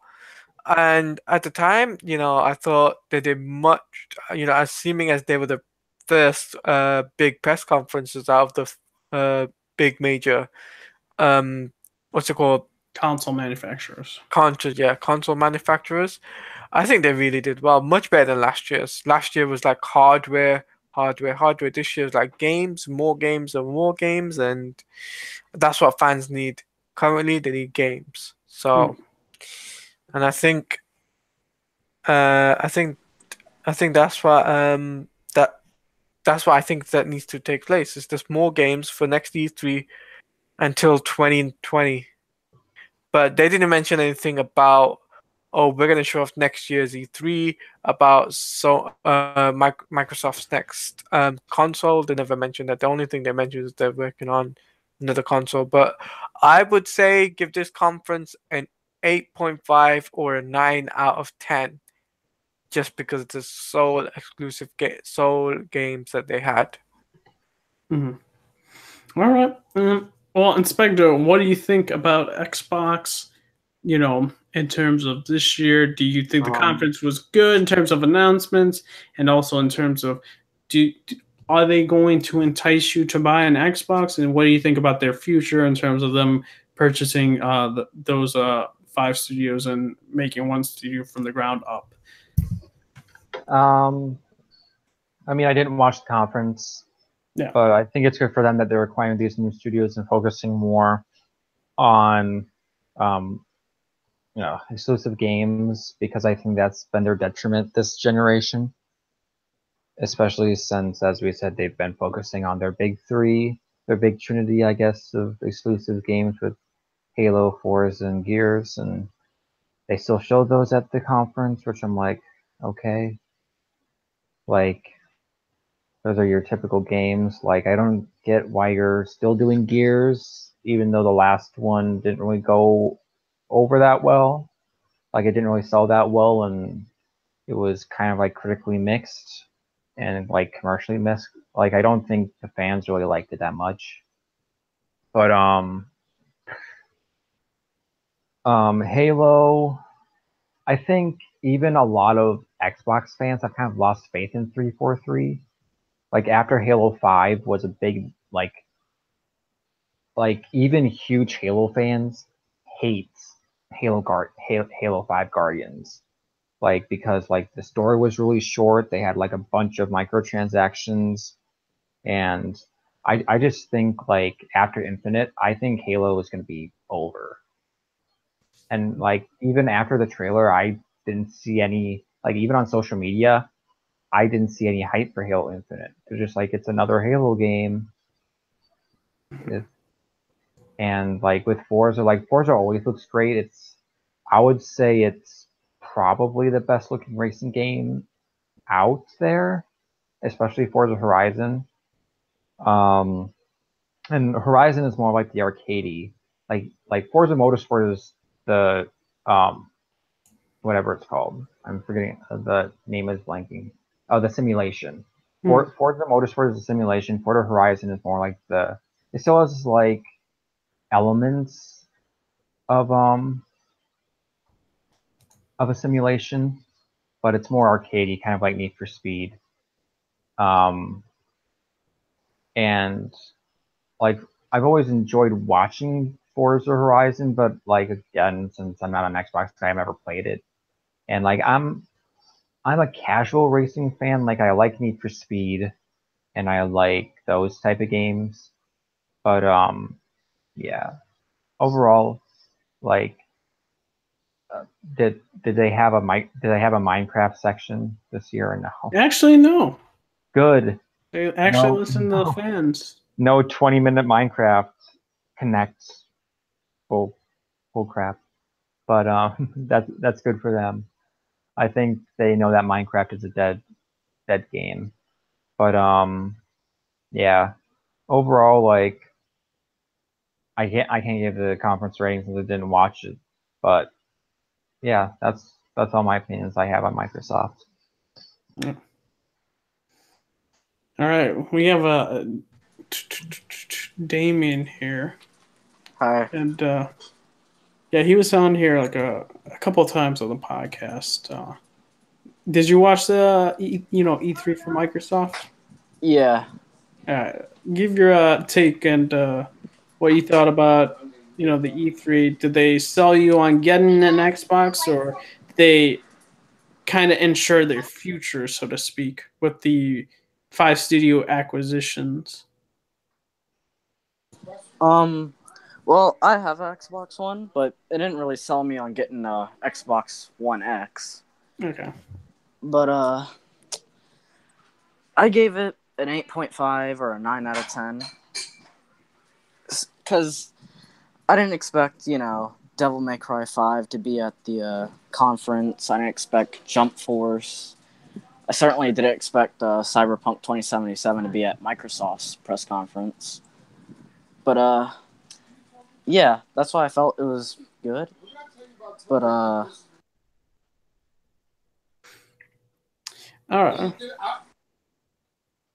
So right now we can go into Sony's conference, and then lastly we'll go to Nintendo. Sony made me feel a little spooky. I'm not gonna lie, made me feel a little spooky just because they it made me seem like they were in a church venue for a minute. I was like, Everybody's like that. Are they going to church? I was like, I don't know how I feel about this. They're not going to show any games, or are they just going to talk about the games at a church or something? I don't know what's happening. Then they had Gustavo play, I think the song that will be featured on Last of Us Part 2. I love the guy. He made a very good soundtrack for Last of Us 1 or Last of Us Part 1. And it was great hearing him play. And then we got into, a cutscene with Ellie. And I believe they did confirm Ellie was younger compared to the actual gameplay demo. Like, she was older in the gameplay demo than she was in the cutscene. So I don't know the time difference, or if she's like a year older or 3 to 4 years older, something like that. I have no idea, because I don't know what's the official age Ellie's. 19. She's 19. So how old is she in The Last of Us Part 1? I think 14 or 13. 13? Like 13, 14. So I'm gonna guess in the I want to say cutscene, she was about what, 14? No, like 15, 16, something like that. And in the actual gameplay demo, she's 19. That's why I'm assuming Neil Druckmann was saying like 3 years, then 4 years. So that makes sense, because Ellie looks very young in that compared to the thing we got from PSX, where in PSX she looks like how she looks like in the gameplay demo. And could I just say that gameplay demo looked phenomenal? Like, oh my word. Like, I was just like, Ellie, man, she's a badass. Like, dude, she was a badass in the first game, but dude, she's a way bigger badass in this game. And dude, the animations in this game, just beautiful. Just beautiful. She's 14 in the first Last of Us. Okay, she's 14. So I don't know. I think it's 4 years. Then what? I don't know. I'm gonna have to like rewatch the Coliseum or something like that. But all I know was in the gameplay demo, she's older. But the combat has been slightly changed. It's very more fluid. You're able to dodge in the game. You're able to jump in the game. You're able to. I don't know if we did take people hostage or not. Did we in The Last of Us Part 1? I think you could, yeah. Oh yeah, but in this time, it seems like we're able to like use them more of as meat shields or something like that. Yeah. To this point, this was more fluid because in the first game you kind of just like took them, and like you couldn't really move. You were kind of still. Oh, okay. You took them, but you could just like stand still. You couldn't move. Unlike here, where you can like move around. You could go straight from you can go like straight from running into. And here you can go like straight from running into a human shield. Yep. And also, she's faster. She's way faster than Joel in terms of running. Like, she's very agile. And you're able to prone under, vehicles. And the AIs are very, they'll investigate more. So, like, looking under cars and stuff like that, was confirming that they also communicate with each other more. And adapting to situations, so the AI is better in terms of that way. Also, Ellie was in the car and it was great. And then, like, if the enemy sees you, they'll pull you out from under.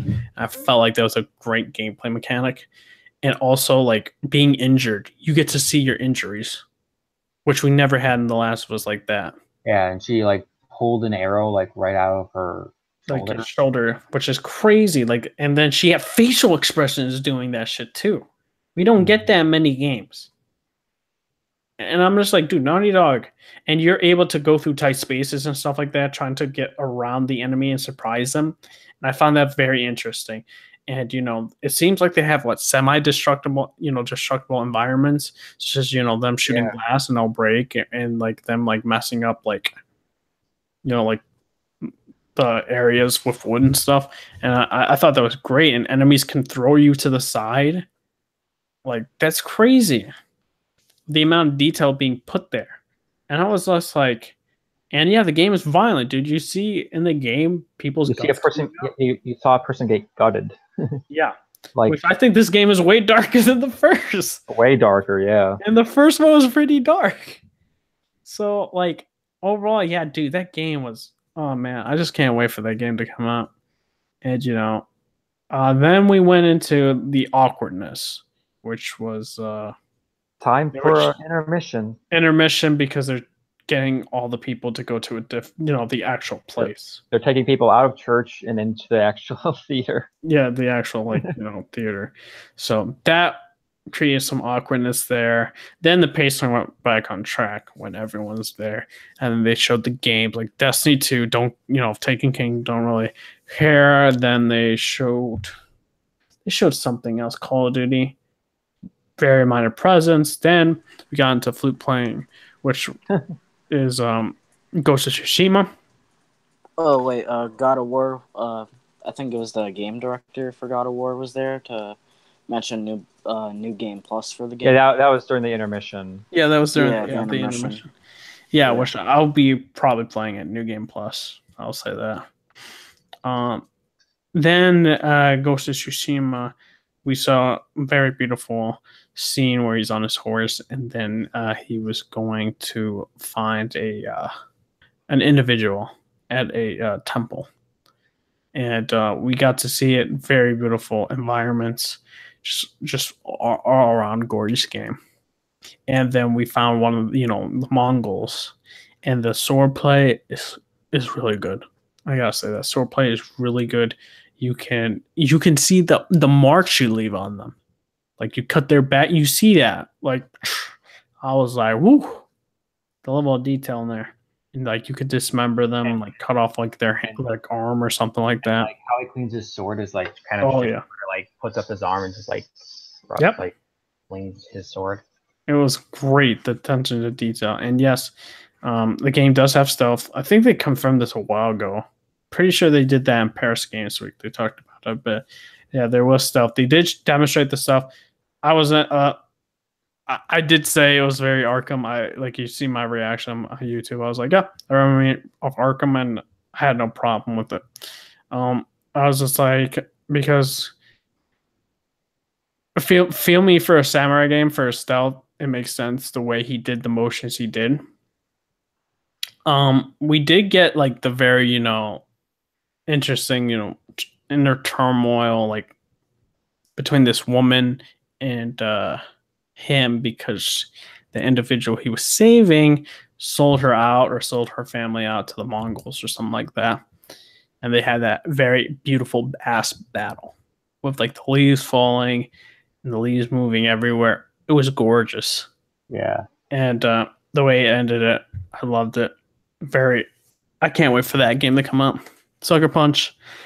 They're getting to that point also with Guerrilla Games, Naughty Dog, Sony Santa Monica, and I just can't wait because it's going to be a great game. Then we went to, I think it might be Control, and I was like, what game is this? Like, what game is this? Like, whoa. This is crazy. And then it was Remedy. I was like, what? This is a game that was rumored. And, dude, this looks a lot better than Quantum Break. I know you Xbox fans want to say, yo, why are you trashing Quantum Break and liking this? Because the gameplay looks a lot more fluid, and it looks like there's not going to be TV episodes inside the game. Okay? All right. It actually looks really good, to be honest. And it looks very interesting, the concept and like the telekinesis and how she forms the gun. And I can't wait. It looks way more fluid than Quantum Break does. And then we got a very interesting point of view from a creature, which is a rat. We did see a PS1. I really thought that was a good Easter egg there. The rat dies, and I'm like, what's happening? And there was a struggle between a man and another man. Then you seen him go for his neck, tear out his jugular, and then you see a zombie, and I'm like, oh my gosh, this is Resident Evil 2 remake. And then you see Leon shoot him. Well, you don't see him exactly. You see the shot, and then you see the close-up, young Leon. And I was like, oh my gosh, I can't wait. And dude, it is a full-blown remake, and it is coming out January, like 2 days before Kingdom Hearts 3. And my excitement is so high right now because they're using the Resident Evil 7 engine, and that game is looking gorgeous for Resident Evil 2 remake. And that was great. Then we transition to Death Stranding. We get some little like cutscene from that game in the hardships of this dude's a deliverer, and we still don't know much about it. We know he does these deliveries. It's very like a hard thing, and the environment's freaking gorgeous, and it looks like a big open world. I could be wrong, but dude, he's climbing mountains and stuff, and that's a big map. I'm not gonna lie. If it's true, I could be completely wrong, and those are invisible walls. But if that's true, that is a big ass open world. And gorgeous. Also, it seems like a very different genre of a video game. I can't say what genre it is because I need to see more from this game, but I can't wait to see a lot more from this game. We do find out something like these creatures, whatever they touch, goes like fast forwards time, so it ages. And we know that we did see his wife, who seems to be dead, come back at the end, and I'm very surprised about that. And it seems like the other woman besides his wife, they do the same thing, like having these different type of equipment. The baby also plays a big vital role. We don't know much. We do know these creatures, when they eat these individuals, they do come back, but they leave craters, and I'm assuming the world gets worse, like the Big Bang. So I feel like if each time these craters continue, it destroys the wall or something like that. And it seems like these creatures need food. I don't know. That's only the tidbits I got from this game. I have no idea what Mads Mikkelsen's role is because he still hasn't said. But overall, yeah, I just can't wait for the game to come out. I'm a big fan. But yeah. Then we go into I believe Kingdom Hearts, and dude, Again, they that was the best trailer out of all of them, out of Square and Microsoft. I was like, gosh dang, that is crazy. I was super surprised about that, to be honest. They did show Pirates of the Caribbean World, and good were those graphics for Pirates of the Caribbean look gorgeous. I have to say that. And also, we did get more story tidbits about, Xehanort, and some Xehanort's shadow, also with Xemnas, who is the nobody of Xehanort, and Terra. So it gets complicated. I tell you guys. You guys try to start with Kingdom Hearts 3, you're not going to understand one thing happening in that game. So we did find about that. It seems like Xehanort's Shadow / Xehanort's Nobody, they want Roxas to come back. We don't know. We know also Aqua plays a role. We don't know if she is also Xehanort. So it's like it gets to this point like, ooh, there's a lot of story tidbits here. We did see Vanitas having the Unverse collect the fears from children to create a new heart. And I'm just like, this is crazy. And we also saw Axel. Axel is back. This game. I wish I could play it. I really do. But now we go into the announcement of Neo 2. And wow, I didn't expect this. No one expected Neo 2 to happen, but it happened. And what can I say? I'm hyped.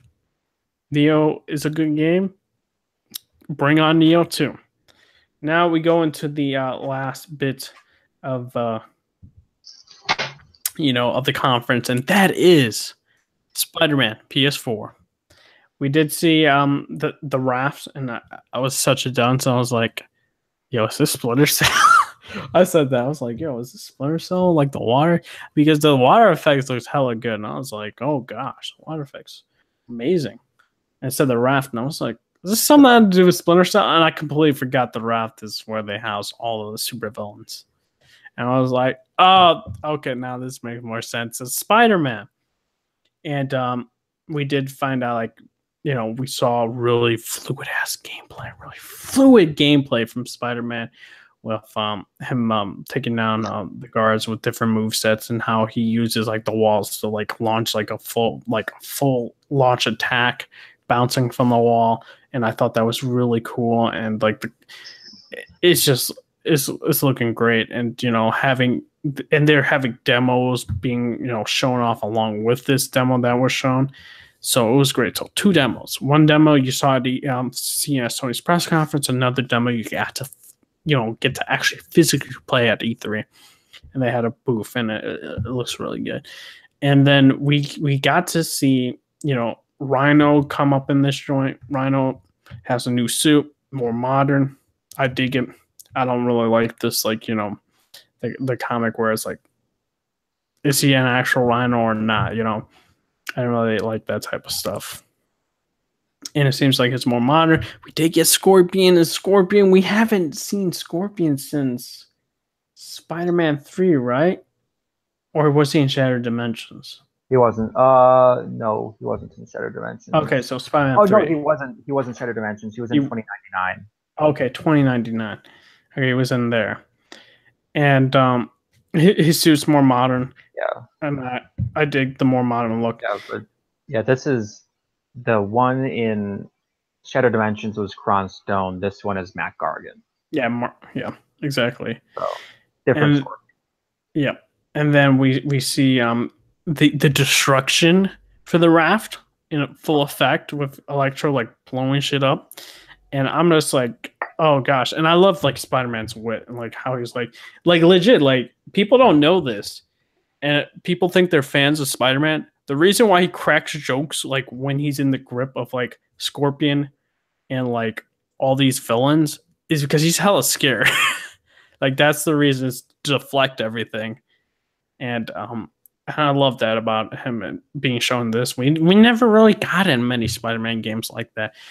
And we did see once he was near Electro, Vulture came in, and then we're like, okay, what's gonna happen next? And then we also went into the section where you had to like dodge and stuff like that. It looked really cool and glass breaking everywhere. I thought that was crazy about that. Spider-Man the graphics are really good for this game. And then you see, once he saw Electro, they got the new suits, right?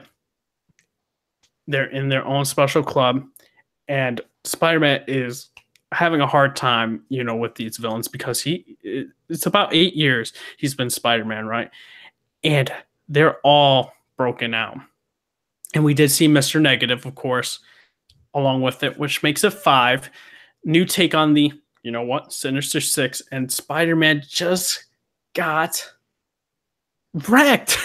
Scorpion lands this sting, and they're beating the shit out of him, like World Star style. Like if somebody was like World Star, like that'd be it at this point. And I was just like, wow. And then Electro does like the semi-finishing blow, electrocuting him.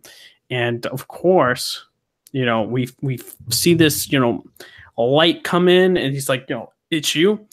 And it ends there, hyping up the Sinister Six as the possible main baddies, or really main baddies. We don't even know when this part of the demo takes place in the game, and how Mr. Negative incorporates. We know Mr. Negative is in the beginning of the Spider-Man PS4 game, but we don't know how he meets this other person that doesn't want to kill Spider-Man.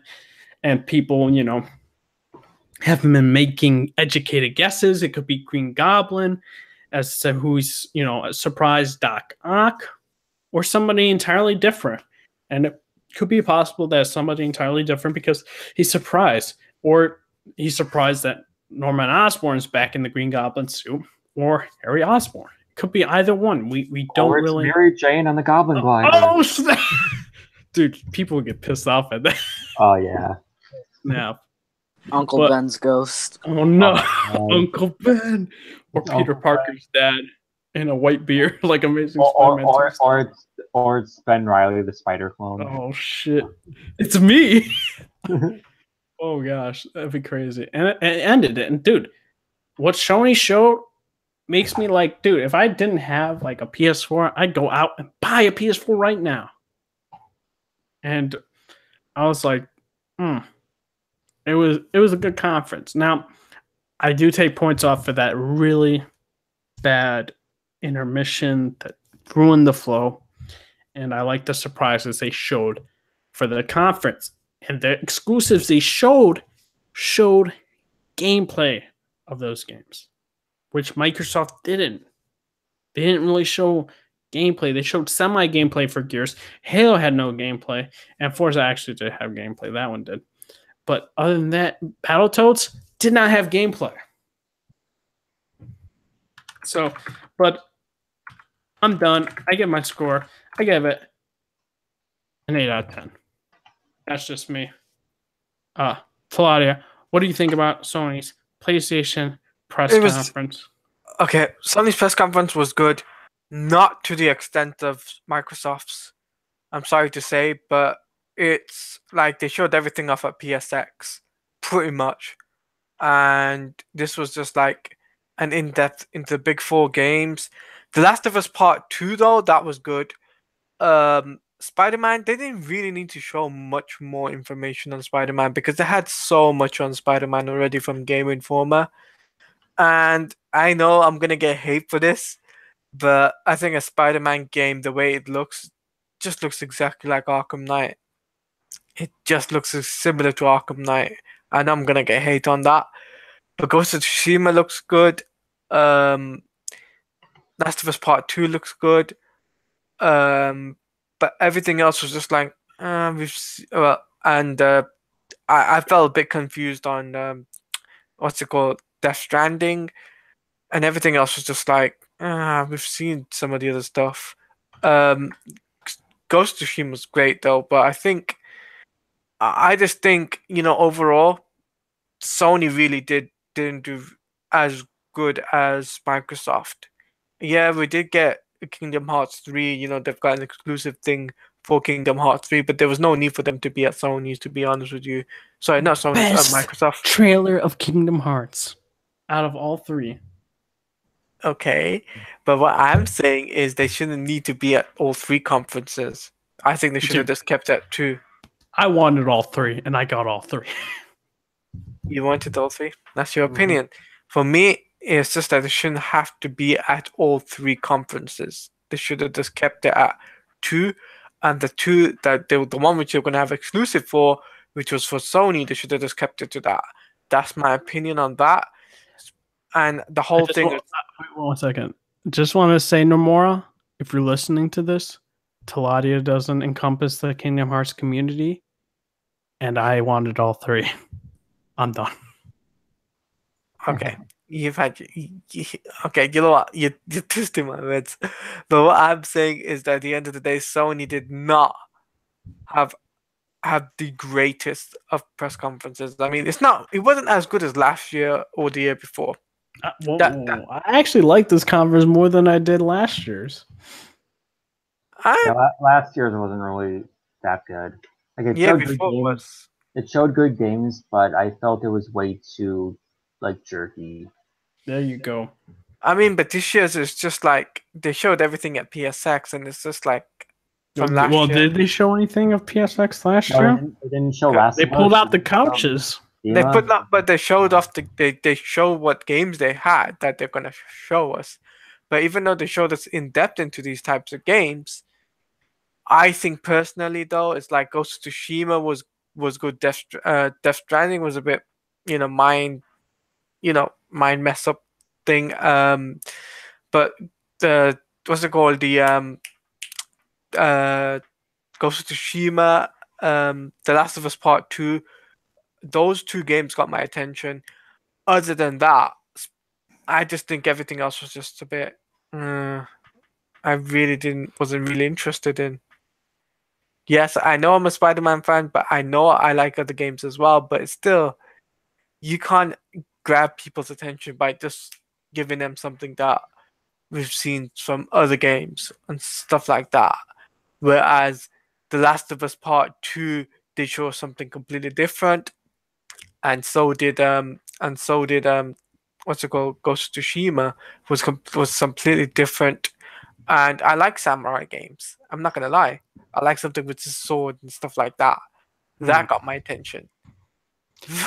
Everything else was just mad. But I just think I'm giving this conference a 7.5 or an 8 out of 10. Interesting.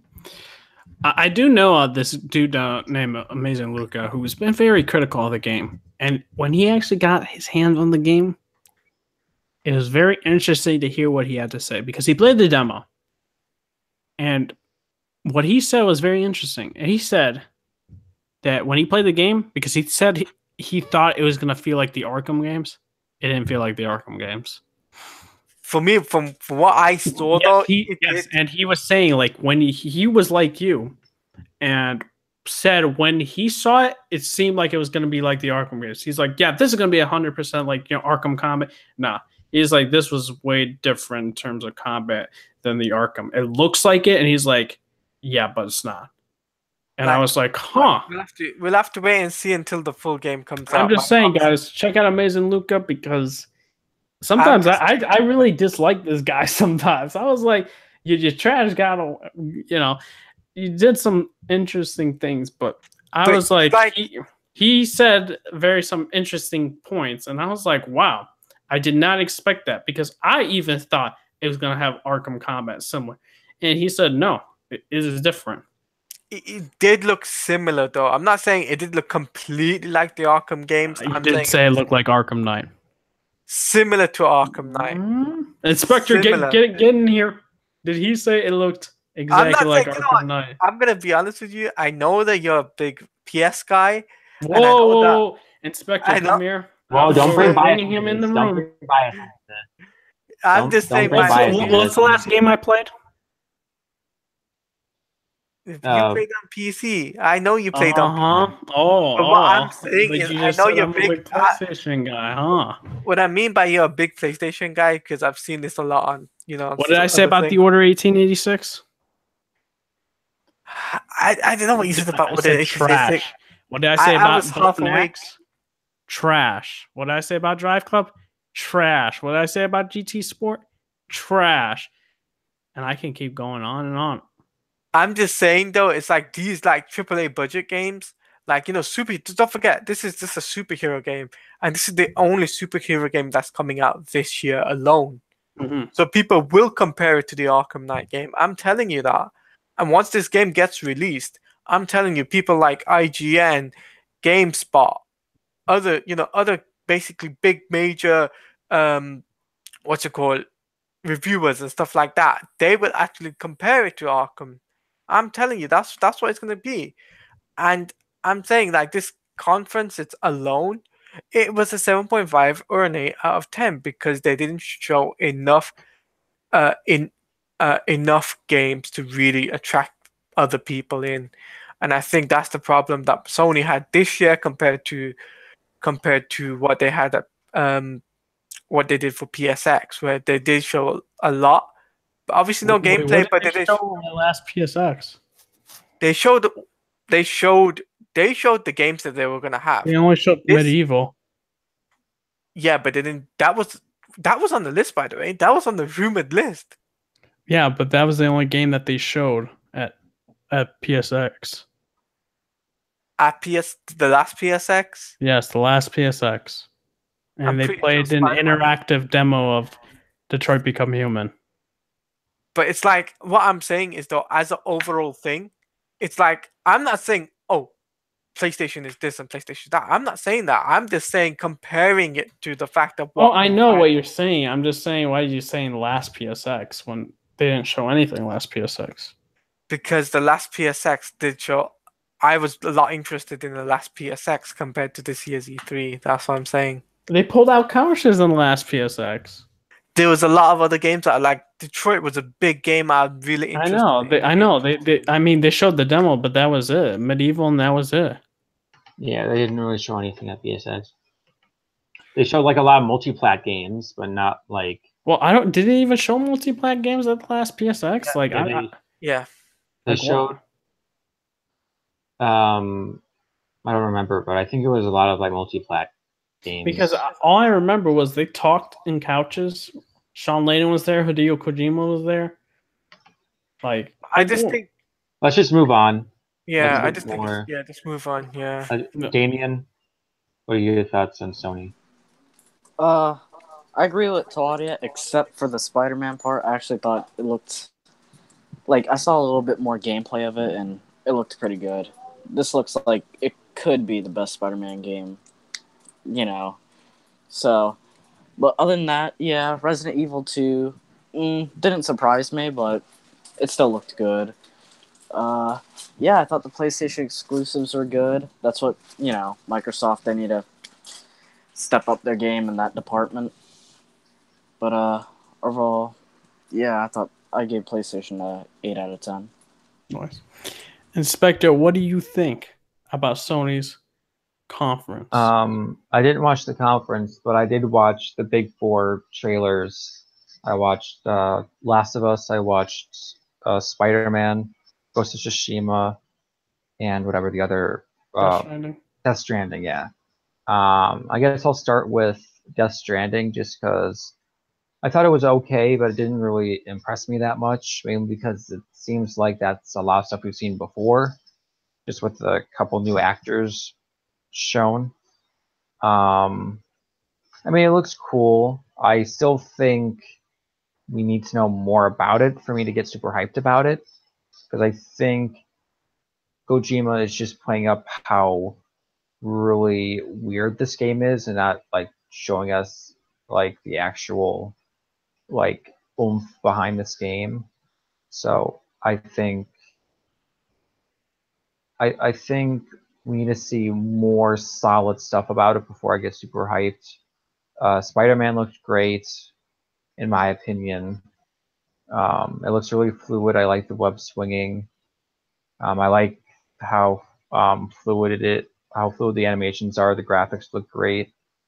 And I also liked the second demo that they showed with Shocker. Mm-hmm. That's like a classic Spider-Man thing where like he goes to a bank, Shocker is robbing the bank. It's And kind of like they right did, out of Ultimate yeah. Spider-Man. I want to say they also paid homage to the whole like thing breaking from under Shocker. That was also like a thing from Spectacular, I believe. If I could be completely wrong, but they paid homage in that.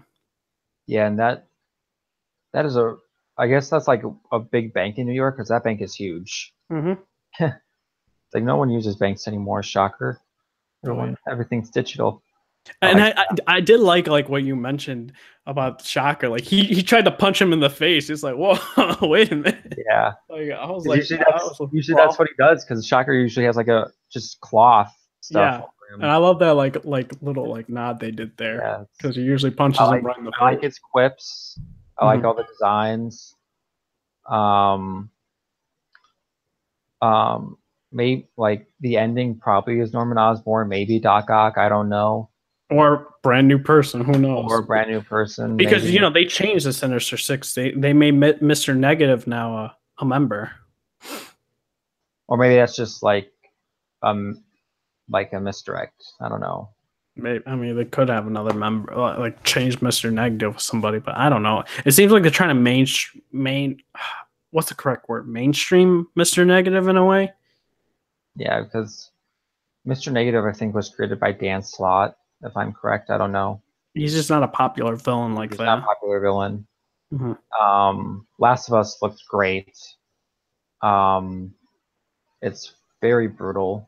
I like the way it's funny because I like the way that they like transitioned into the gameplay. Like it's really weird how like whatever that girl's name is, I forgot her name even though they said her name in the trailer. I think the actress who was playing her was Shailene Woodley.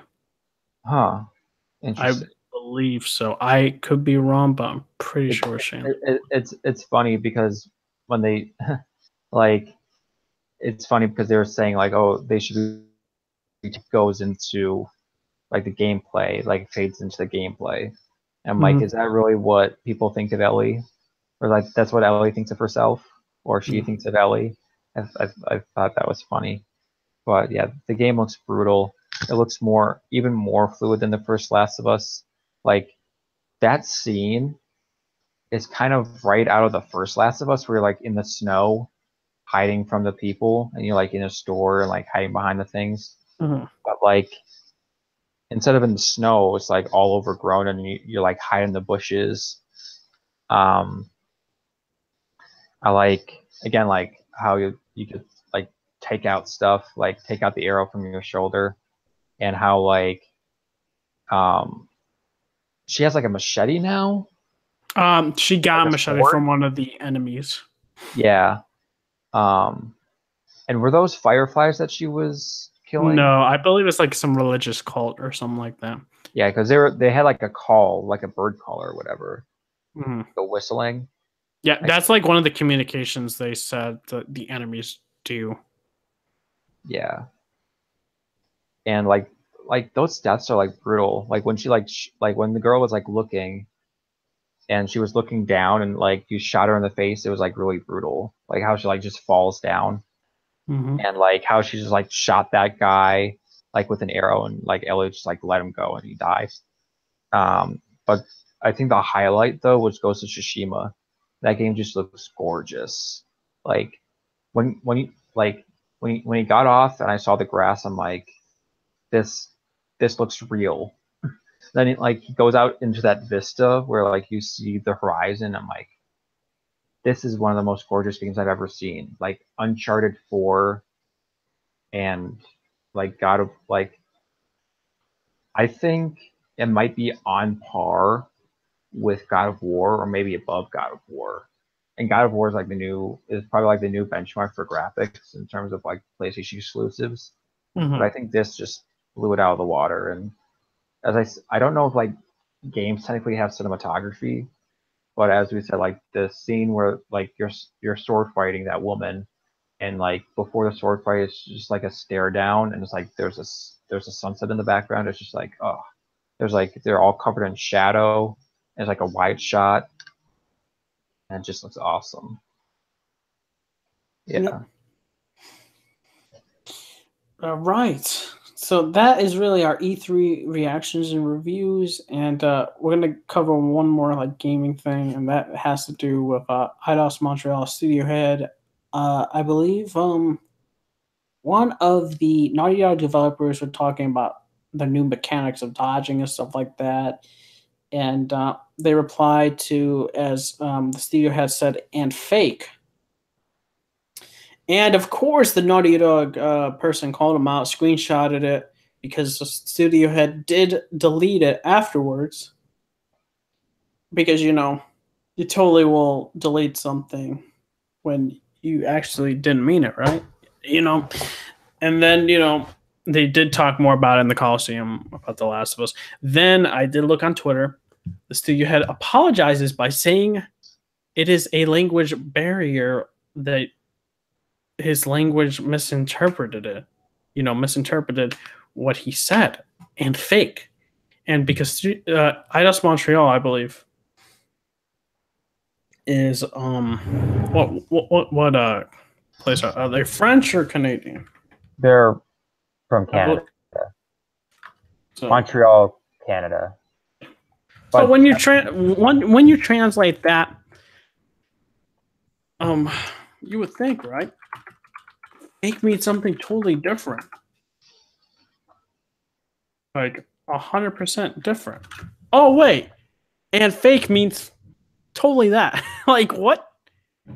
I was like, give me a second, dude. You're telling me that your language is so different that and fake means something way differently? Like, get out of here, dude. Like, don't lie. Just own up to it, because I feel like people are just saying what they're like. This dude is saying what he's saying just because people kind of crapped on their Shadow of the Tomb Raider thing. Like, come on now, it's fine. Like, honestly, you just don't need to like lie about something so like insignificant. Own up to what you're saying, because I feel like for me as a person, you should be upfront with people, right? And, I wanted to say, like, his last tweet said, "Hi, hashtag Naughty Dog fans. Please don't be tough on me. Just bad wording from a French-speaking person." Oh, he's French. Okay, that makes sense now. "Always been a big fan of hashtag Uncharted and hashtag Last of Us." And he spelled Last of Us wrong. He put LAS of us games. "Played all of them. And hashtag Last of Us 2 is on my list. And at what Naughty Dog?" Oh, wait. This Naughty Dog he added wasn't the actual Naughty Dog studio. Stephanie Chong is a rough to me. Sorry for the situation. And then someone makes the tweet, "I find this hard to believe. Stand by your convictions, man. If you thought it was fake, then just say that. No need for extra fluff." And he put French to English translation. Fake is still fake. And damn, why make up the lie? Because you're a French-speaking person. How does "and fake" mean something entirely different? Like, I know you're jealous of Naughty Dog, but seriously, it's uncalled for. And you're head of a studio. Get your shit together. Inspector, what do you think? Yeah, I think it's just stupid and ignorant of him. Just say that. Yeah. It's just, do you think he got jealous compared to, Shadow of the Tomb Raider? It's like, we showed off our game and people are making fun of it. You're going to say your game's fake. Man. Fadi, what do you think? I think it's a bit dumb and silly. Shouldn't have said it. All right. What about you, Damien? What do you think about this? I also thought it was, ignorant, dumb, and silly. So, yeah. All right. So now we're gonna get into the movie news. Not many big movie news. We're gonna quickly just go over two of them and kind of go one in more depth. The first one, Avengers hit 2 billion. I didn't think it would happen. I think a couple of people didn't think it was going to happen. Inspector thought it was. Commend Inspector with his really good educated guesses here. Yeah, what do we think? I think it was great. I think it shows this superhero genre isn't dying, so to speak.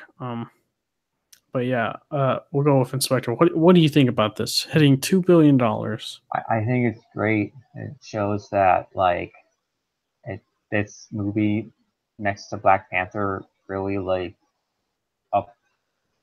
just ups Marvel so much, and it really shows how a decade of building really gives people some. I don't want to say closure because that's not the right word. Yeah, because this movie didn't give closure. This movie gave anguish. Yeah, just gave people excitement, and I'm happy for it. I'm happy for the Russo Brothers that they made $1 billion for this, not $2 billion for this movie. Yep. And I'm interested to see how Avengers 4 does now. Because it's supposed to be a different film, so who knows what that means, really. Talati, what do you think about Avengers Infinity War making $2 billion? Making $2 million worldwide. I think is that worldwide or is that $2 billion is worldwide? Yes. Right. Making $2 billion worldwide is a big accomplishment. I think this would set the record for.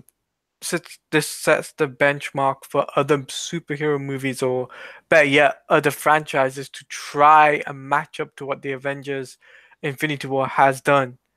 It's a big budget movie, and I think it sets the tone for it. It sets the bar high bar, and people are gonna have to try and make a movie that can basically make as much money as the Avengers, but I don't think any other franchise will, except for Star Wars. Oh, will Star Wars ever? We'll get into that in a bit. I mean, Star Wars already did it because Force Awakens. I know. I'm talking about other newer entries. Newer entries, though. Okay. Yeah. Damien, what do you think about Avengers making $2 billion? I think that's great. They upped the ante, and it's good to see that they did as good as, Avatar and Force Awakens and all those other movies that passed $2 billion. It's great. The marketing was good for the movie. The plot was good. I'm glad. I feel good for Marvel. Oh, exactly. Now, we're going to go into the second small news. Solo bombed in the box office. Officially bombed. Wah, wah. And Disney lost money. I think they lost $80 million, I believe, maybe more. I have no idea. I think that's what I got so far. What can I say? I've said this, and I'm gonna say this again. They put Solo on, I think, the worst possible time frame of having Avengers come out along with Deadpool 2. This movie wasn't gonna make that much money, and a lot of fans didn't want this movie. And I haven't even seen it, which I will see it soon. I just don't know when. Because I got Movie Pass, of course, so I'll see it whenever I feel like it. But as of now, I won't be seeing it. It is what it is, and the rumors are Kathleen Kennedy might step down near fall as well. Do I believe the rumor? It's a rumor. I have no idea. Maybe she's getting tired of Star Wars if the rumor is led to believe, but Guys, don't get your hopes up if you want Kathleen Kennedy gone. With a rumor, it's not going to happen. Now, if she makes an official statement, that's totally something different. But as of now, she will be staying. But this does hurt Disney in a way that they didn't think possible. Inspector, what do you think about this? I think the time period really hurt it. I think it was a terrible decision to move it up from December. I think they should have kept it in December. Yeah, I think that's the sweet, like the time frame. Like they should just keep all Star Wars movies. Yeah, because if you see the track record, Force Awakens, December, 2 billion. Rogue One, December, 1 billion. Yep. Last Jedi, December, like 1.6 billion. Yep. So, and you see this Solo, May, like 200 million.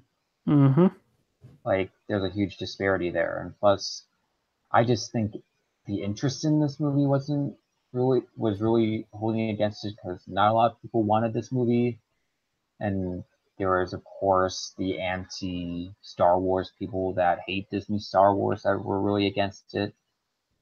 And like I think everything was just holding this movie back. And even the reviews that were good for this movie, they're like, yeah, it's a fun movie, but nothing really special. Like those reviews don't really help it that much because you're just saying it's mediocre. Yeah, all I heard the praise was a certain scene for the movie. That's all I heard was people are like, that was great. Everything else was all right. Yeah, all the praise I heard was like, yeah, Donald Glover was great as Lando, but everything else around it was just meh. Like, like that doesn't want me to go. That doesn't make me want to go out and see your movie if everything's just meh. So, yeah, sucks, but like it's not gonna ruin the momentum of Star Wars because Episode 9 comes out next December, and Episode 9 is probably gonna make bank. Yeah, but I believe so. Talati, what do you think about Han Solo's box office and Disney losing money? I think it was bad of them to really put out Solo, to be fair. You know, fair enough that they tried to make a Solo movie, tried to make it work, and put some cameos and stuff, spoiler alert.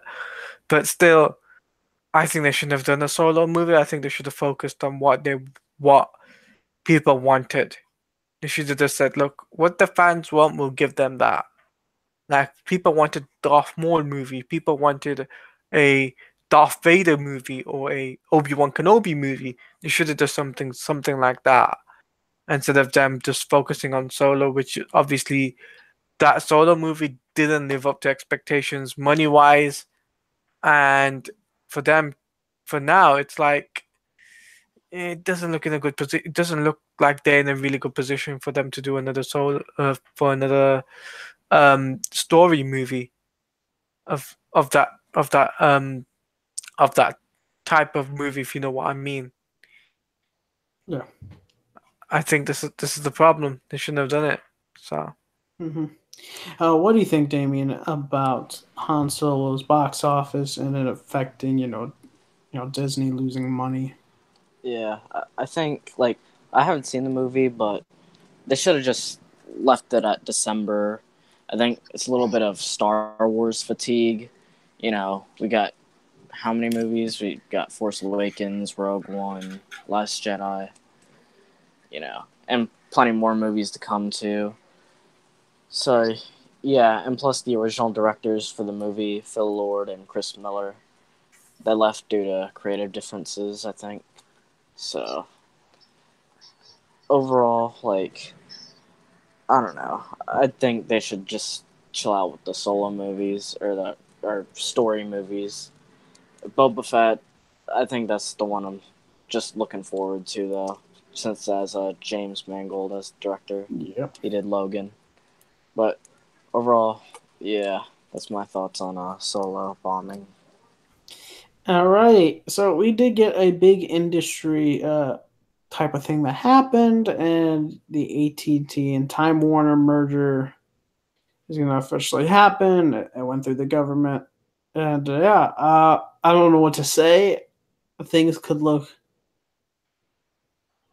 two ways, either really good or really bad in terms of everything.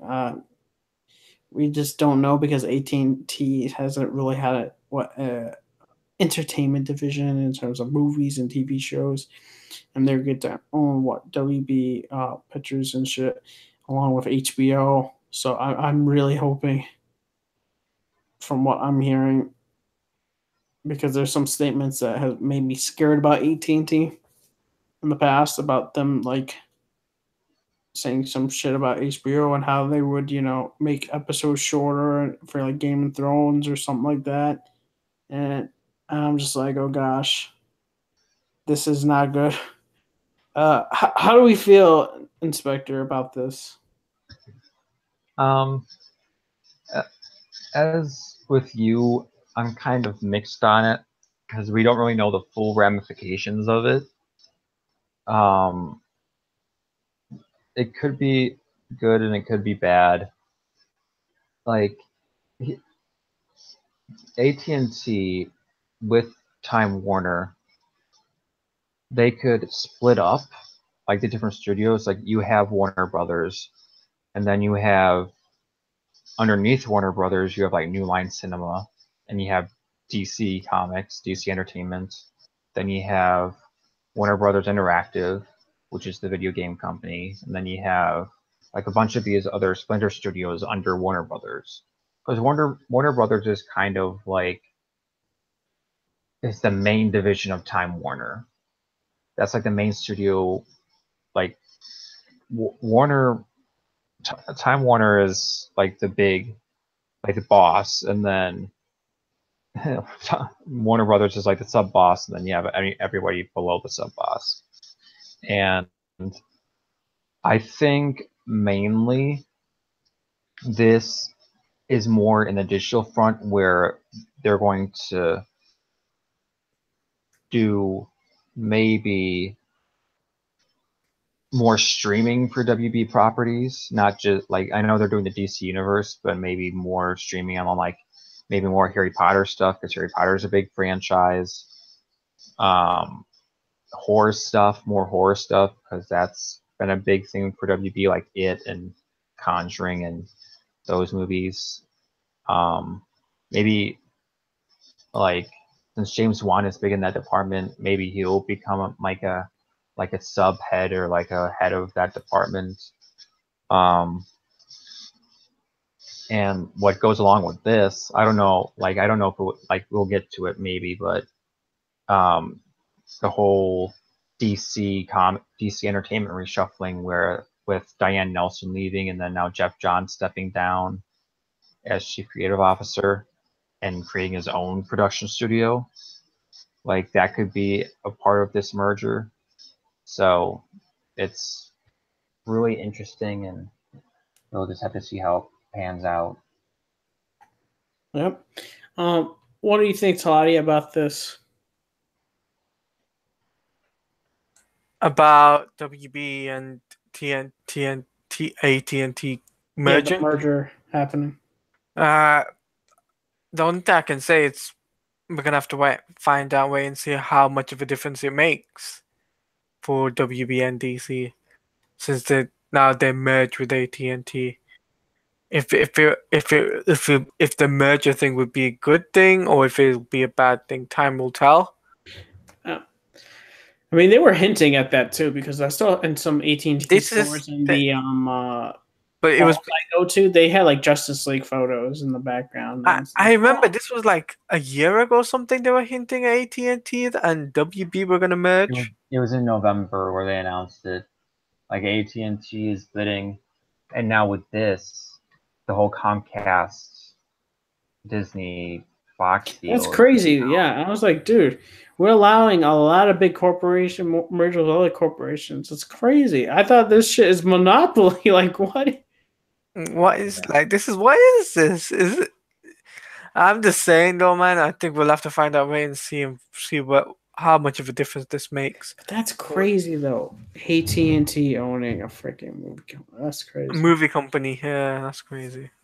I mean, well, Warner Brothers isn't like a Warner Brothers is just an entertainment company. They're not just a movie studio. Oh no, I They're know like a that. whole business. So like That's what I'm saying. comic book. That's what I'm saying. They're also owning HBO as well, Yeah. which is And- crazy. But HBO is also owned by Universal too. But Jeez. WB has Yeah, majority. you So know, then, and- how does that work then? It's kind of like Fandango, where like Fandango is owned by a bunch of other people. Like Oh, it's owned by Warner Brothers, NBC, Universal, and I think okay. Disney.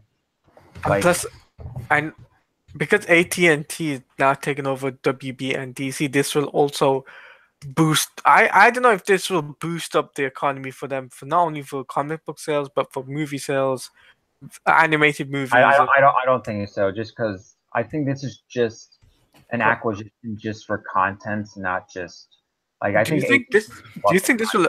Did you think this will actually help the DC streaming service? I don't know. Probably not. This might not.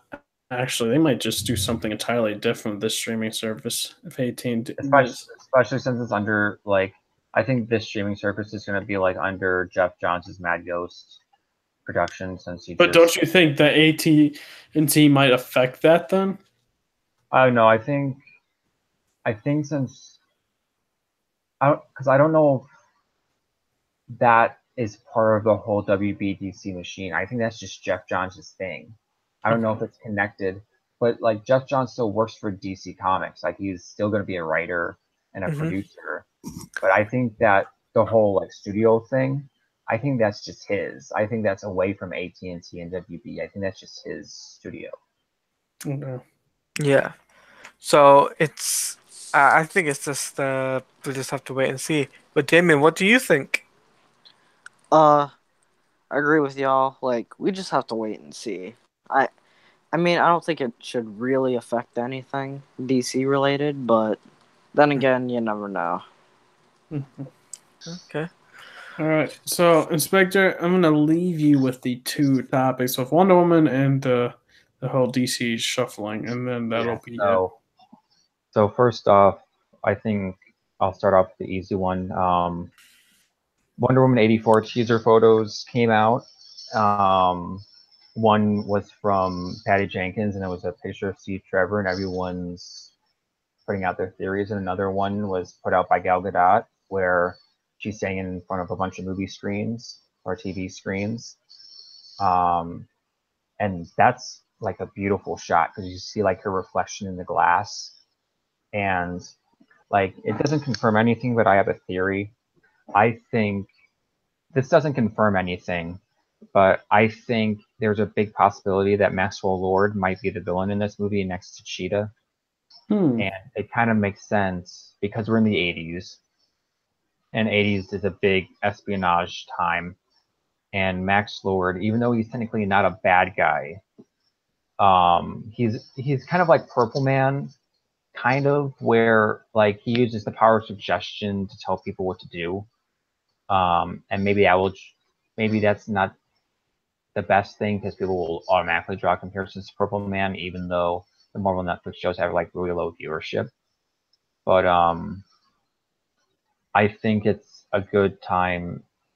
I think this doesn't really hint at anything, but it would be interesting if like Maxwell Lord is like the head of a certain spy agency, because he's usually the head. He's usually the Black King of Checkmate, which is like a big spy organization in the DC universe. I don't know if they'll introduce Checkmate, but it's interesting. And also, I'm interested to see how Steve Trevor returns, if it's like magic or if he didn't actually die.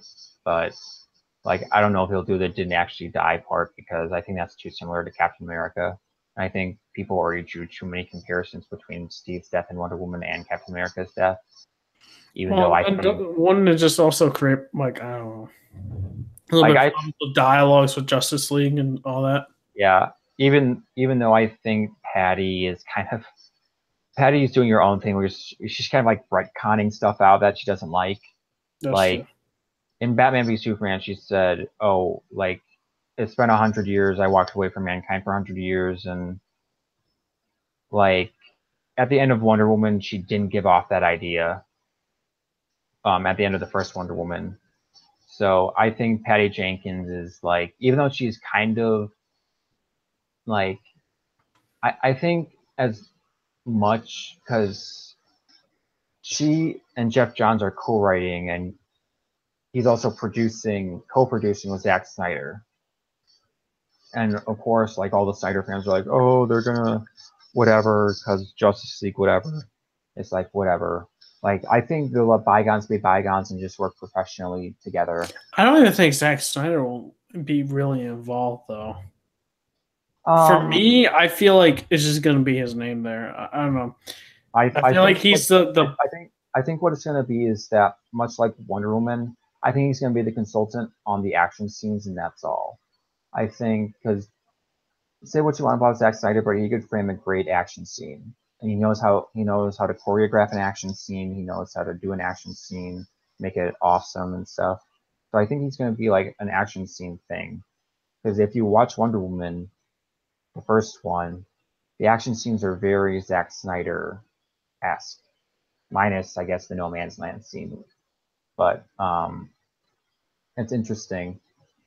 I think Jeff Johns will have more of a hand in this than Zack Snyder, because Jeff Johns had a big hand in the first one because he also worked with Patty Jenkins in the first one.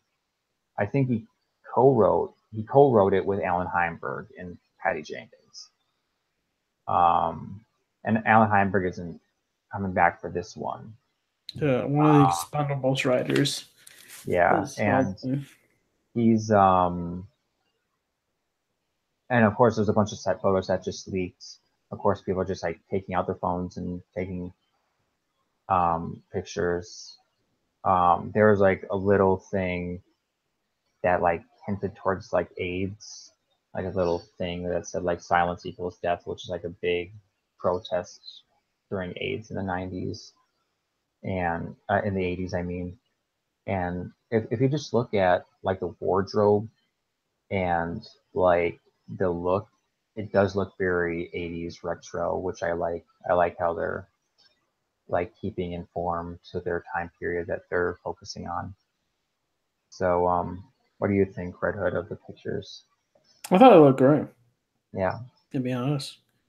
Really cool. Very interesting theory you brought up. I didn't think about that, to be honest, but good theory nonetheless. Also Steve Trevor seeing that, I don't know. I have this feeling he's going to be alive for some reason. I don't know how they're going to do it. Will they kill him off twice if he's alive? Who knows? Or much like Ares was David Thewlis, maybe.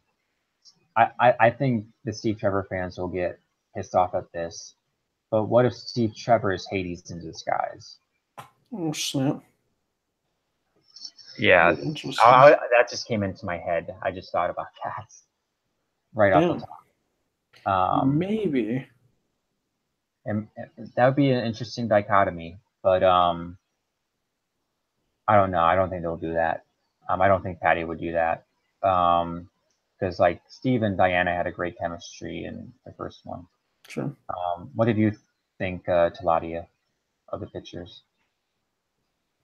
I thought the first picture looks good. I haven't seen the second one, but the Wonder Woman one looks really, really cool. I have seen an image of Chris Pine's what's his name, Steve Trevor though, in the 80s look, and I'm getting the 80s vibe with him with that picture in the mall. So yeah, I haven't seen the GIF image though. That's something I haven't seen. I have only seen the Wonder Woman GIF. yeah. So we'll have to wait and see till Comic-Con, maybe Comic-Con or next year, beginning of next year, we'll get some type of tease. I don't know. From far away, he kind of looks like Nathan Fillion to me. It's really funny. I think this. Here's what I think is the case. I think he could be some kind of descendant from Steve Trevor. And that's what people are saying. He might be like a grandson. Yeah, that's what I'm thinking. In my head, it's like thinking because he he looks a little bit older though, because he has got wrinkles on his forehead and that. So it's like I did notice that, and it's like he doesn't look exactly like Steve Trevor from Wonder Woman, the first original. So there's a possibility of that.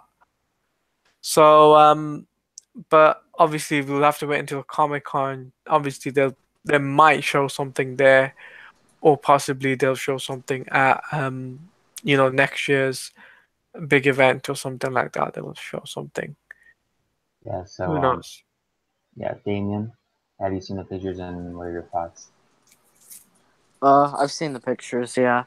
I think they look good. I'm glad this movie's making progress, more progress than the Batman movie.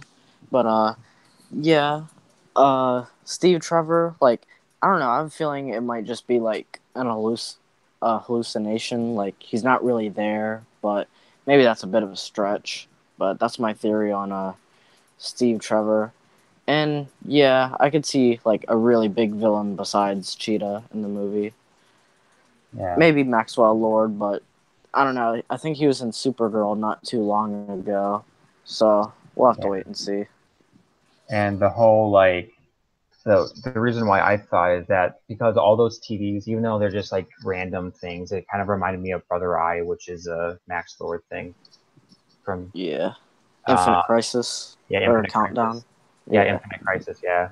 Um, and next up, big news, especially since the Hollywood Reporter put a big clickbait title on it when they first revealed it.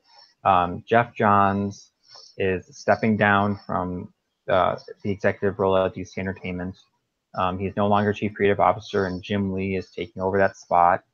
And he's still going to be co-publisher with Dan DiDio, even though they dropped the co-title, so they're just publishers, which like it's fine. Like there's nothing different. They're still publishers together.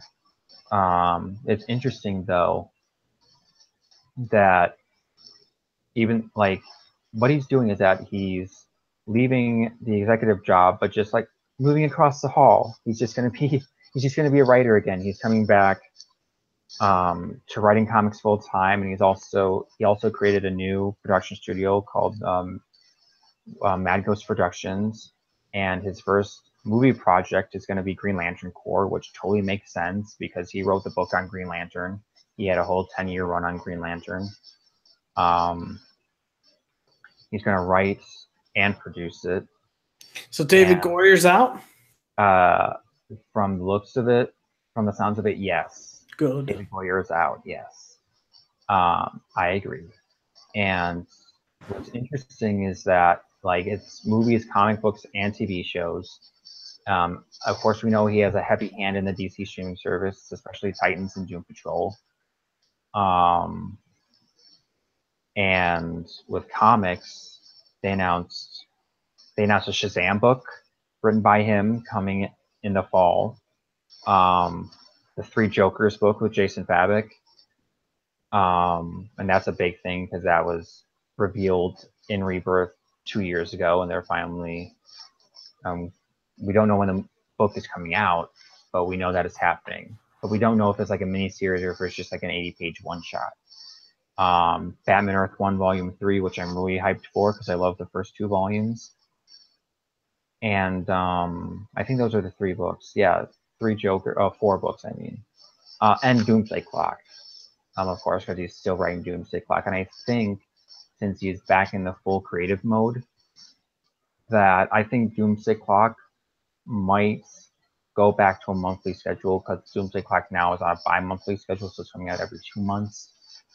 And I think since Jeff Johns is back in the full creative mode, that Doomsday Clock might come out every month now after issue 6 or maybe issue 7. And I think that will get hyped up more for the series because I think hype for the series is waned after it was announced that it was going bi-monthly. So I'm looking forward to it. And of course, last week Diane Nelson, the president, left the company. She didn't get fired; she just left. I think because 2 months ago she announced that she was taking a leave of absence, and now they announced that she left. So DC currently has an interim president. I forgot his name. I think it's like Tony something, but I forgot his name. Jim Lee is now CCO and publisher. Dan DiDio is still publisher. Bob Harris is still editor-in-chief. So basically just a small shift. Well, not a small shift, like a small and a big shift. And some people are saying that this might have been coordinated because of the AT&T Time Warner deal, but we don't know. What are your thoughts, Red Hood, about this whole shakeup at DC with Jeff Johns and stuff? Think about it. I'm fine with him. Get more books from him. Get Doomsday possibly monthly. Mm-hmm. I'm down for it. Getting a Green Lantern made by him in terms of writing and stuff. I'm down with him. Anything other than David Goyer. Mm-hmm. So I'm hyped. Yeah. Sladia, thoughts? I thought I'm hyped really now because he's off the team, and that basically that's the best way to put it. And let's see what we got coming for us in the future, and maybe we'll get something like Doomsday Clock. There'll be more issues of Doomsday Clock leading up to the next issue. So who knows? Yep. Damien? I think it's best to trust him with Green Lantern related stuff because, like you said, he had a 10-year run with Green Lantern, and yeah, Hal Jordan and Jon Stewart gonna be in that movie, so that's good. But just hopefully they don't, ignore like most of his ideas like they did with the 2011 Green Lantern movie. Yeah, I hate when people say I hate when people blame him even though he had like so little say. Yeah, like didn't they ignore like 80% of his ideas? Yeah, because Yeah, like what they were doing is that they were basically for the Green Lantern movie, Green Lantern 2011, they were basically adapting his Secret Origin story, which is one of the best origin stories, in my opinion, and one of my favorite books of his run. And what they did is they totally ignored it. Like they just because it was Greg Berlanti, it was Mark Guggenheim, it was Michael Green, who eventually did Logan, so he kind of redeemed himself. And I forgot the other writer, but the problem with Green Lantern is that production was such a mess. They rushed in the movie without having a full script, and like Jeff Johns had nothing to do with that production. It wasn't his fault. yeah. So yeah, that's pretty much all the big news. All right, guys, this is the Overload Podcast. If you did enjoy the episode, give this video a thumbs up, and also if you guys want to ask us questions, hit us up in the comment section below. Also, let us know what are your E3 thoughts this year. Was it awesome? Was it meh? Was it disappointing for you guys? Also, let us know what you thought about each individual conference. And guys, if you want to see more content from this channel, hit the subscribe button. Also, hit the bell notification so you guys can get updated as to when my videos come out. And yeah, I do want to say follow me on Twitter at RedHood240 and on Twitch at RedHood4200 or RedHood420. Actually, RedHood420 on Twitch. And yeah. Do you forget Red Hood? Did you have a mind fart? Huh? You said 4,200. Yeah. I was like, wait a minute, no. So RedHood420 on Twitch. Inspector, where can they find you at? They can follow me on Twitter at the Inspector, and just a little PS. Go by Hawkman #1. It was There really you go. Talade, where can they find you at?